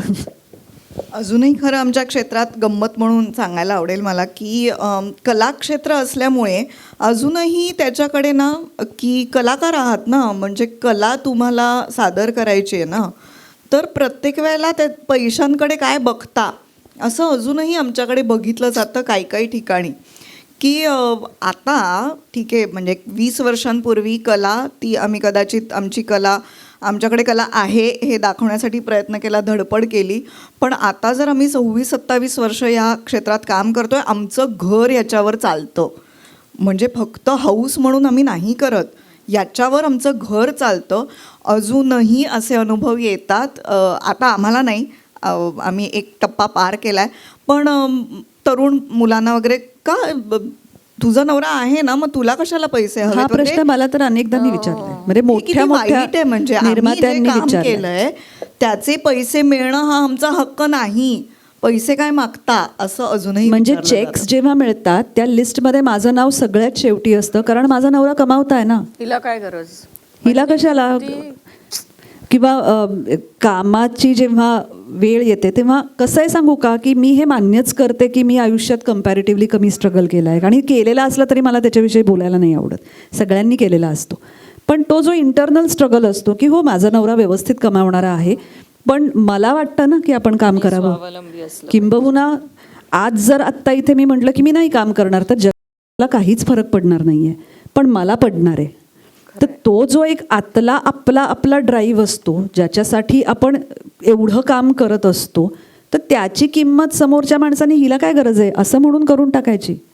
मी कष्ट करते ना, त्या कष्टांची काहीतरी किंमत आहे ना. पण नवरा कमावता आहे म्हणून तुला गरज नाही आहे, हे तर मी इतके वेळा आणि इतक्या मोठ्या लोकांकडनं ऐकलंय की म्हणजे तुला काय गरज आहे तुझे. म्हणजे मी मुंबईला आले तेव्हा मला आईवडील तुला पैसे देत नाहीत का वगैरे, हेही मी ऐकलंय. थोडक्यात तुम्हाला नाही आहे काही तुमची गरज, तुमचं सगळं छान व्यवस्थित चालणार आहे. पण ही परिस्थिती बघ ना मुग्धा, म्हणजे हे तेव्हाही होतं आणि हे आत्ताही मी एका सेम तरुण पिढीतल्या जोडप्याबद्दल बघितलंय. तर ही गोष्ट नाही बदलली बरी. हळूहळू तीही बदलेल अशी आपण आशा करूया.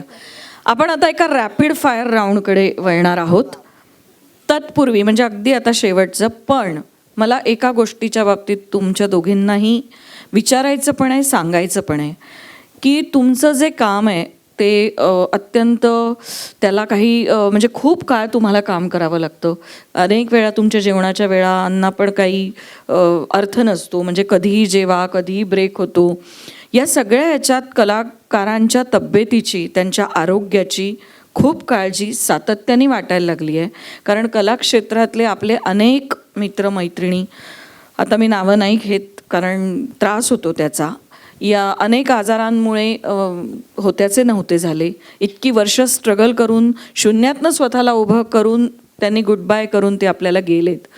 अशा वेळेला तुम्ही दोघी स्वतःच्या आरोग्याची काळजी, पहिले आपण आणि मग काम, कारण सर सलामत तो पगडी 50, तुम्ही दोघी स्वतःच्या आरोग्याची कशी काळजी घेता हे अगदी थोडक्यात ऐकायला आवडेल. परत क्रम बदलते, हिच्याकडेच जाते. मी शूट चालू असताना सुद्धा घरचं सगळं जेवण घेऊन जाते कायम. त्यामुळे त्याच बाबतीत हेल्दी घरचं खाणं, पोळी भाजी कोशिंबीर आमटी भात या गोष्टींची मी काळजी घेते. व्यायाम मी आवडतो मला करायला, ऑन अँड ऑफ व्यायाम मी करते. आणि म्हणून जिभेचे चोचले पुरवत नाही का, तर तसंही नाही. तेही पुरवते मी, पण माझं खूप लक्ष असतं स्वतःच्या तब्येतीकडे. त्यामुळे एका वेळेला कमी खाणं, संध्याकाळी वेळेवर खाणं, रात्री उशिरा न खाणं, अशा काही गोष्टी पाळतीये. पण तरीसुद्धा एक मला सांगायला आवडेल सगळ्यांनाच, म्हणजे की वर्षातनं एकदा आपलं सगळं चेकअप आपण करायला पाहिजे. शरीराकडे आपण आपल्या दुर्लक्ष करायला नको. काय सांगशील? माझ्या नवऱ्याच्या कंपनीत अगं खूप पूर्वीपासनं ते म्हणजे with spouse full body checkup होतं, त्याच्यामुळे मी अगदी 32-33व्या वर्षापासून तसं ते करते. आणि मी बऱ्यापैकी घरी असते, कारण मी लिखाण घरी बसून करत असल्यामुळे आता मी लाडावली आहे त्या बाबतीत. मला जरा घरचं गरम आणि असं शिळं खात नाही मी शक्यतो. मी तेवढं एक मला आवडत नाही शिळं खायला, मला गरम अन्न आवडतं. एवढ्या 2 गोष्टी आहेत. बाकी मी दुधातुपावर पोचलेला देह आहे. हो, दुधा तुपावर पोचलेला देह आणि मनाने आनंदी असता, दोघी हसत असता. हो. त्यामुळे शरीर आणि मन एकत्र प्रवास करत असतो. आता आपण रॅपिड फायर राऊंडकडे वळणार आहोत. मी दोघींनाही एकही क्षणाचा अवधी देणार नाही आहे विचार करायला. आणि मला 4 मला 3 असं नाही, मला एकच उत्तर हवंय. त्यामुळे आरपारची शपथ घेऊन आणि द अनुरूप शोची शपथ घेऊन मी जे सांगेन ते खरं खरं सांगेन, एकही खोटं सांगणार नाही असं म्हणून आपण, म्हणजे मीच म्हटलं तुमच्या वतीने, असं म्हणून आपण आता ह्या रॅपिड फायर राऊंडला सुरुवात करूया आणि त्यानंतर ही मुलाखत आपली संपणार आहे. दोघींनाही विचारणार आहे आणि दोघींचे उत्तर वेगळं असायला हवं आणि 2 मधला एकच चॉईस किंवा 4 मधला एकच चॉईस. व्यवसायात काय जास्त महत्वाचं मुग्धा, नशीब की मेहनत? मेहनत. नशीब. बरोबर, तुझ्या बाबतीत ते बरोबर आहे. तुमचं यश कोणामुळे आलंय? माझ्या बाबतीत नाहीये. आहे, तुझ्याही बाबतीत आणि आहे. मेहनत मी पण घेते. हा, मग नाही, नशीबवान नाही, ते भांडण. बरं, तुमचं यश कोणामुळे आलंय? स्वतःची मेहनत की टीमचा सपोर्ट? मेहनत. मेहनत. काम करताना आवडतं वातावरण, मुग्धा, कॉफीसोबत ब्रेनस्टॉर्मिंग की शांत घरामध्ये बसून एकटं काम? 100% शांत घरात बसून एकटं काम. कॉफी सोबत ब्रेनस्टॉर्म. डेडलाईन जवळ आली की काय होतं? प्रचंड ताण की प्रचंड ऊर्जा? प्रचंड ऊर्जा. ऊर्जा. अरे वा, फॉर अ चेंज. मला वाटलं ताण म्हणाल कदाचित. जास्त आव्हानात्मक काय? नवीन प्रोजेक्ट सुरू करणं की जुनं प्रोजेक्ट टिकवून ठेवणं? जुनं प्रोजेक्ट टिकवून ठेवणं. जुनं प्रोजेक्ट टिकवून ठेवणं. आपला प्रेक्षक खुश व्हावा म्हणून आपल्याला मिळणारी रक्कम कमी करावी की क्वालिटी उत्तम द्यावी? नाही प्रश्न मला कळला. नाही, म्हणजे आता मला काम खूप छान मिळत आहे, पण मला त्याच्यासाठी मिळणारे पैसे कमी आहेत, पण माझ्या प्रेक्षकांना हे काम मी केलं तर मी आवडणार आहे. पैसे कमीच असतात. क्वालिटी काम. क्वालिटी काम ते तसेही कमीच असतात, मग त्यापेक्षा क्वालिटी केलेलं बरं. बरं. प्रेरणा कुठून मिळते? स्पर्धकांकडून की स्वतःच्या ध्येयाकडून? स्वतःच्या ध्येयाकडून. 100% ध्येयाकडून. काम करताना मूड फ्रेश करण्यासाठी गाणी की गप्पा? गप्पा. दोन्ही नाही. गाणी पण नाही, गप्पा पण नाही. ती आणि तिची कॉफी. हो, करेक्ट. प्रवास कशासाठी आवडतो? व्यवसायासाठी की फक्त रिलॅक्स होण्यासाठी? रिलॅक्स होण्यासाठी. दोन्ही. जर जादूची छडी मिळाली तर आपले प्रेक्षक लगेच खुश व्हावेत की सगळं काम एका क्लिकमध्ये व्हावं? क्लिकमध्ये काम व्हावं म्हणजे प्रेक्षक खुश होतील. प्रेक्षक खुश व्हावे. जास्त अवघड काय? रोग ओळखणं की रोग बरा करणं? रोग बरा करणं. रोग बरा करणं. निसर्गातील जादू कुठे दिसते? झाडांच्या पानात की त्याच्या मुळात? मुळात. पानात. मुळं दिसतच नाहीत. जर एक जादुई औषध बनवू शकला तर ताप कमी करणारं औषध की सर्दी कायमची घालवणारं औषध? सर्दी कायमची कारण तिला घालवणार. कायम सर्दी असते. रुजुताला कायम सर्दी असते. हा, सर्दी कमी करणार सर्दी. आता मुग्धा, तुझ्यासाठी माझे प्रश्न आहेत. मालिकांचं संवाद लेखन, नाट्यबाह्य कार्यक्रम सॉरी मालिकांचं संवाद लेखन की नाट्यबाह्य कार्यक्रमांचं लेखन? नाट्यबाह्य कार्यक्रमांचं लेखन. सेलिब्रेशन, हॅमलेट, खरं खरं सांग, संकेत मिलनाचा? हॅमलेट. आभाळ माया की ठिपक्यांची रांगोळी? आभाळ माया. आई कुठे काय करते, होणार सून मी या घरची, तुमची मुलगी काय करते की अजूनही बरंच आता आहे? बापरे, हे कठीण आहे. नाही, पण एकच उत्तर हवंय आम्हाला. होणार सून मी या घरची. प्रेक्षक सांगतील ना, काय वाटतं? अजूनही बरंच आता आहे, होणार सून. होणार सून मी या घरची हे माझं पहिलं लिखाणाचं काम होतं, त्याच्यामुळे ते. ओके. रुजुता, आनंदी हे जग सारे, जाऊ नको दूर बाबा, कळत न कळत? कळत न कळत. नृत्य, अभिनय की निवेदन? अभिनय. रीलद्वारे प्रसिद्धी की दमदार काम करून प्रसिद्धी? दमदार काम करून. नाही, रील माझ्याबरोबर असेल तर ती प्रसिद्धी जास्त. खऱ्या आयुष्यात जास्त भूमिका कुठली आवडते, आई की बायको? हे किती अवघड आहे. म्हणूनच विचारलंय. आई. Thank you so much. यांचा हा सगळा प्रवास, मला असं वाटतं मालिकांबद्दल बोलण्यापेक्षा तुमच्या व्यक्तिगत आयुष्यातल्या तुमच्या काय म्हणूया आपण, तुमची जडणघडण, तुमचा व्यक्तिगत आयुष्यातला प्रवास, तुमची विचारसरणी, हा सगळा आम्हाला आज तुमच्यातला प्रवास जाणून घेताना खूप छान वाटलं. मला प्रचंड दडपण आलं होतं, कारण दोघीही उत्तम संवादिका आहेत, दोघीही उत्तम बोलतात, त्यामुळे खूप घाबरले होते. पण दोघींनीही मला खूप छान रिलॅक्स केलं आणि मला सांभाळून घेतलं. याबद्दल दोघींचेही मनापासून आभार. आणि ठाणेकर रसिक हो, तुम्हीसुद्धा कार्यक्रमाला आलात. प्रारंभचे सगळे कार्यक्रम विनामूल्य असतात, पण तुम्ही आवर्जून, पाऊस असला, ऊन असलं तरीसुद्धा गेली 23 वर्ष प्रारंभच्या कार्यक्रमांना येता, उत्साहाने येता, शेवटपर्यंत थांबता. त्यासाठी तुमचे मनापासून आभार. आणि मी निवेदिकांच्या वतीने मी सांगते. हो, तू बोल. नाही, एकच मला फक्त की कुठलीही संस्था 23 वर्ष चालवणं ही एक प्रचंड अवघड गोष्ट आहे. साधी 5 मैत्रिणींची भिशी नाही टिकत एवढी वर्ष.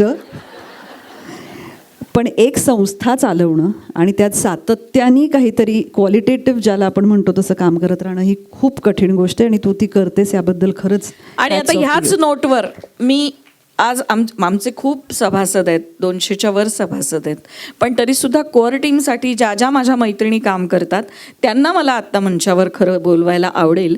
आणि तुमच्याबरोबर त्यांचाही एक एकत्रित फोटो झाला तर मला खूप छान वाटेल.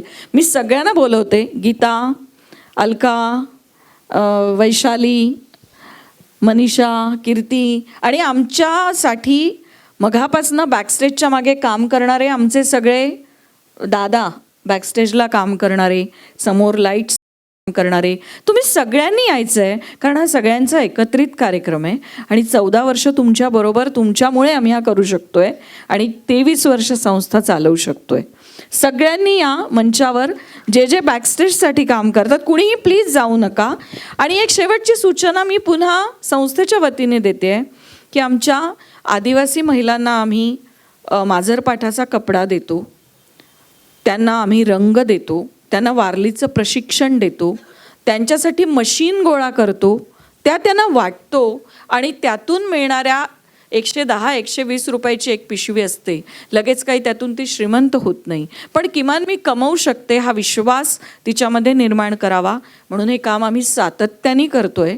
पिशवी थोडी महाग आहे, मला त्याची कल्पना आहे, पण ते सगळं हाताने करतात. पेंटिंगसुद्धा हाताने करतात, कुठल्याही मशीनद्वारे ते होत नाही. त्यामुळे त्या पिशव्या तुम्ही नक्की घ्या.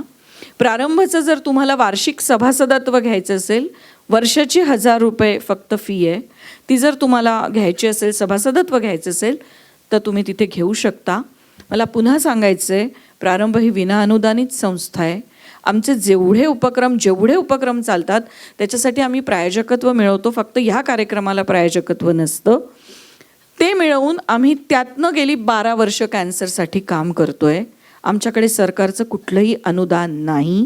त्या अनुदानातनं वीटभट्टी कामगार महिला, घरकाम करणाऱ्या महिला यांचं पॅप्समियर, CA 125, sonography, mammography, internal checking, breast checking, आणि त्यांना आयर्न कॅल्शियम 6 महिने 4 महिने पुरेल एवढं सातत्याने आम्ही हे काम करतोय. तुम्हाला जर प्रारंभाला देणगीसुद्धा द्यायची असेल तर तिथे आमचा QR कोड आहे किंवा आमचे ऑनलाईन बँक डिटेल्ससुद्धा तिथे आहेत, तुम्ही नक्की देऊ शकता. Thank you so much. मी आता आणि आमची दानपेटी तिथे ठेवलेली आहे. आमच्या वृद्धाश्रम आणि अनाथाश्रमातल्या प्रकल्पांमध्ये आजी आजोबांना फक्त वर्षातनं एकदा जाऊन वाढदिवस करून खायला देण्यापेक्षा वर्षभर आम्ही वृद्धाश्रम आणि अनाथाश्रमात त्यांची बौद्धिक भूक भागवतो आणि वर्षाच्या शेवटी त्यांना जेवण देतो आणि त्यांना वस्तू अशा स्वरूपात देतो की तेलाची बाटली आहे, मूव आहे, विक्सची डबी आहे, टूथपेस्ट आहे, बिस्किट्स आहे, अशी मोठी किट करून त्यांना देतो. आणि सगळ्या जी म्हणजे सगळी जी काय म्हणूया आपण त्याला निराधार मुलं असतात, कुठेतरी टाकलेली कुठून तरी आणलेली, त्या मुलांना वर्षाच्या शेवटी खाऊ देताना आम्ही प्रत्येकाला क्राऊन घालतो, त्यांना मुकुट घालतो की तुम्हीसुद्धा आमच्यासाठी खूप महत्त्वाचे आहात आणि तुम्हीसुद्धा तितकेच व्हॅल्युएबल आहात. तर ह्या सगळ्या आमच्या प्रोजेक्टसाठी तुम्हाला जर काही मदत करायची असेल तर नक्की करा.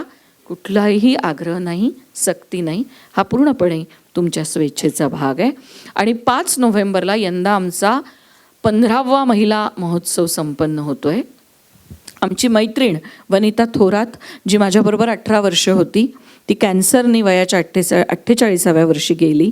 मागच्या 5 वर्षापासून वनिता थोरात स्मृती तिला डेडिकेट करणारा हा महोत्सव असतो. 15 वर्ष महोत्सव असला तरी 5 वर्षांपासून हा महोत्सव तिच्या नावाने असतो. तर 5 नोव्हेंबरला त्या सगळ्या स्पर्धा घाणेकरमध्ये दिवसभर सकाळी 8 ते रात्री 8 संपन्न होणार आहेत. आणि मला वाटतं 8 नोव्हेंबरला आमचा महिला महोत्सव आरमॉलच्या बँक्वेट हॉल रीड्समध्ये दुपारी 3 ते रात्री 9 या वेळेत संपन्न होणार आहे. सो तुम्ही नक्की या, त्याची वेळोवेळी माहिती तुम्हाला मिळेलच. आता मी सगळ्या टीमला मंचावर बोलवते आहे. किशोर या, तुम्ही पण या. नितीन, तुमची सगळी टीम मंचावर या.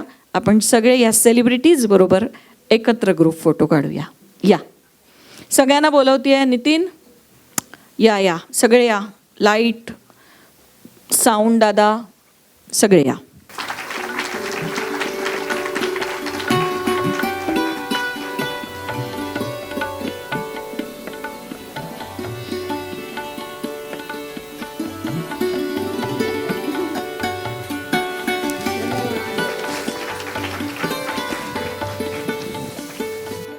कार्यक्रम प्रत्येक वेळेचेच अप्रतिम असतात, त्याला काही शब्द नाही आहेत की छान आहे म्हणायला. पण आजचा कार्यक्रम फार छान झाला की ज्या आपण टी व्हीवर वगैरे बघतो, नाटकातनं बघतो, त्या कलाकारांचं आपल्याला प्रत्यक्ष ऐकायला मिळालं की त्यांच्या लहानपणापासून ते आत्तापर्यंतच्या प्रवासापर्यंत. आणि ते खूप छान वाटलं, कारण आपण नुसतं गुगलमध्ये वगैरे बघतो ते खोटं असतं हे कळलं की हे खरं नाही आहे. आणि त्याच्यामुळे आजचा प्रोग्राम फार छान झाला. याच्या आधी तुम्ही प्रारंभाचे कोणते कार्यक्रम? मी प्रारंभाचे आम्ही सगळा माझा ग्रुप आम्ही मेंबर आहोत, त्याच्यामुळे आम्ही प्रत्येक आरंभाचे हे करतो. पहिले तर आम्ही त्याच्यात व्हॉलेंटिअर म्हणून सगळं करत होतो आणि आता माझ्या तरी वयाप्रमाणे मी नाही करू शकत आहे, पण बाकीच्या बायका करतात आणि येतो. प्रत्येक कार्यक्रम आम्ही सोडत नाही आणि त्याचा रिपोर्ट आम्ही लगेच अरुंधतीला देतो स्वतः. तुम्हाला आजचा कार्यक्रम कसा वाटला? कार्यक्रम एकदम सुंदर होता, नेहमीप्रमाणेच. अरुंधती मॅडमना मी मागच्या 2 वर्षापासून फॉलोअप करतोय.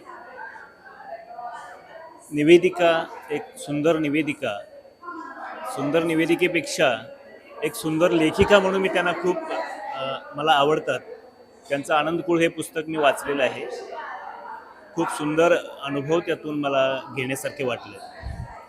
आणि बाकीचे प्रारंभचे सर्वच कार्यक्रम अगदी दर्जेदार असतात आणि खरोखर त्यांना मी प्रारंभला याबद्दल खूप शुभेच्छा देतो आणि पुढील कारवाईस, पुढील वाटचालीस शुभेच्छा देतो. धन्यवाद. अजून एक, तुम्ही याआधी प्रारंभाचा कोणता कार्यक्रम मध्ये भाग घेतला आणि तो कसा होता, कसा वाटला तो? मी प्रत्यक्ष भाग घेऊ शकलो नाही, कारण मी पोलीसमध्ये सर्व्हिसला होतो. आताच 2 महिन्यापूर्वी मी रिटायर झालेलो आहे.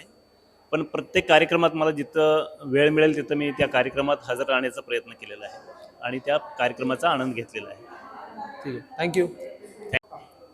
आजचा कार्यक्रम तुम्हाला कसा वाटला? आजचा कार्यक्रम हा नक्कीच छान होता. विशेष म्हणजे असं की आपण जे रोज वेगवेगळे करमणुकीचे प्रोग्राम बघतो, त्यात ज्यांनी सहभाग घेतला होता त्यांच्या तोंडून जे ऐकायला मिळालं त्याला जास्त महत्त्व असतं.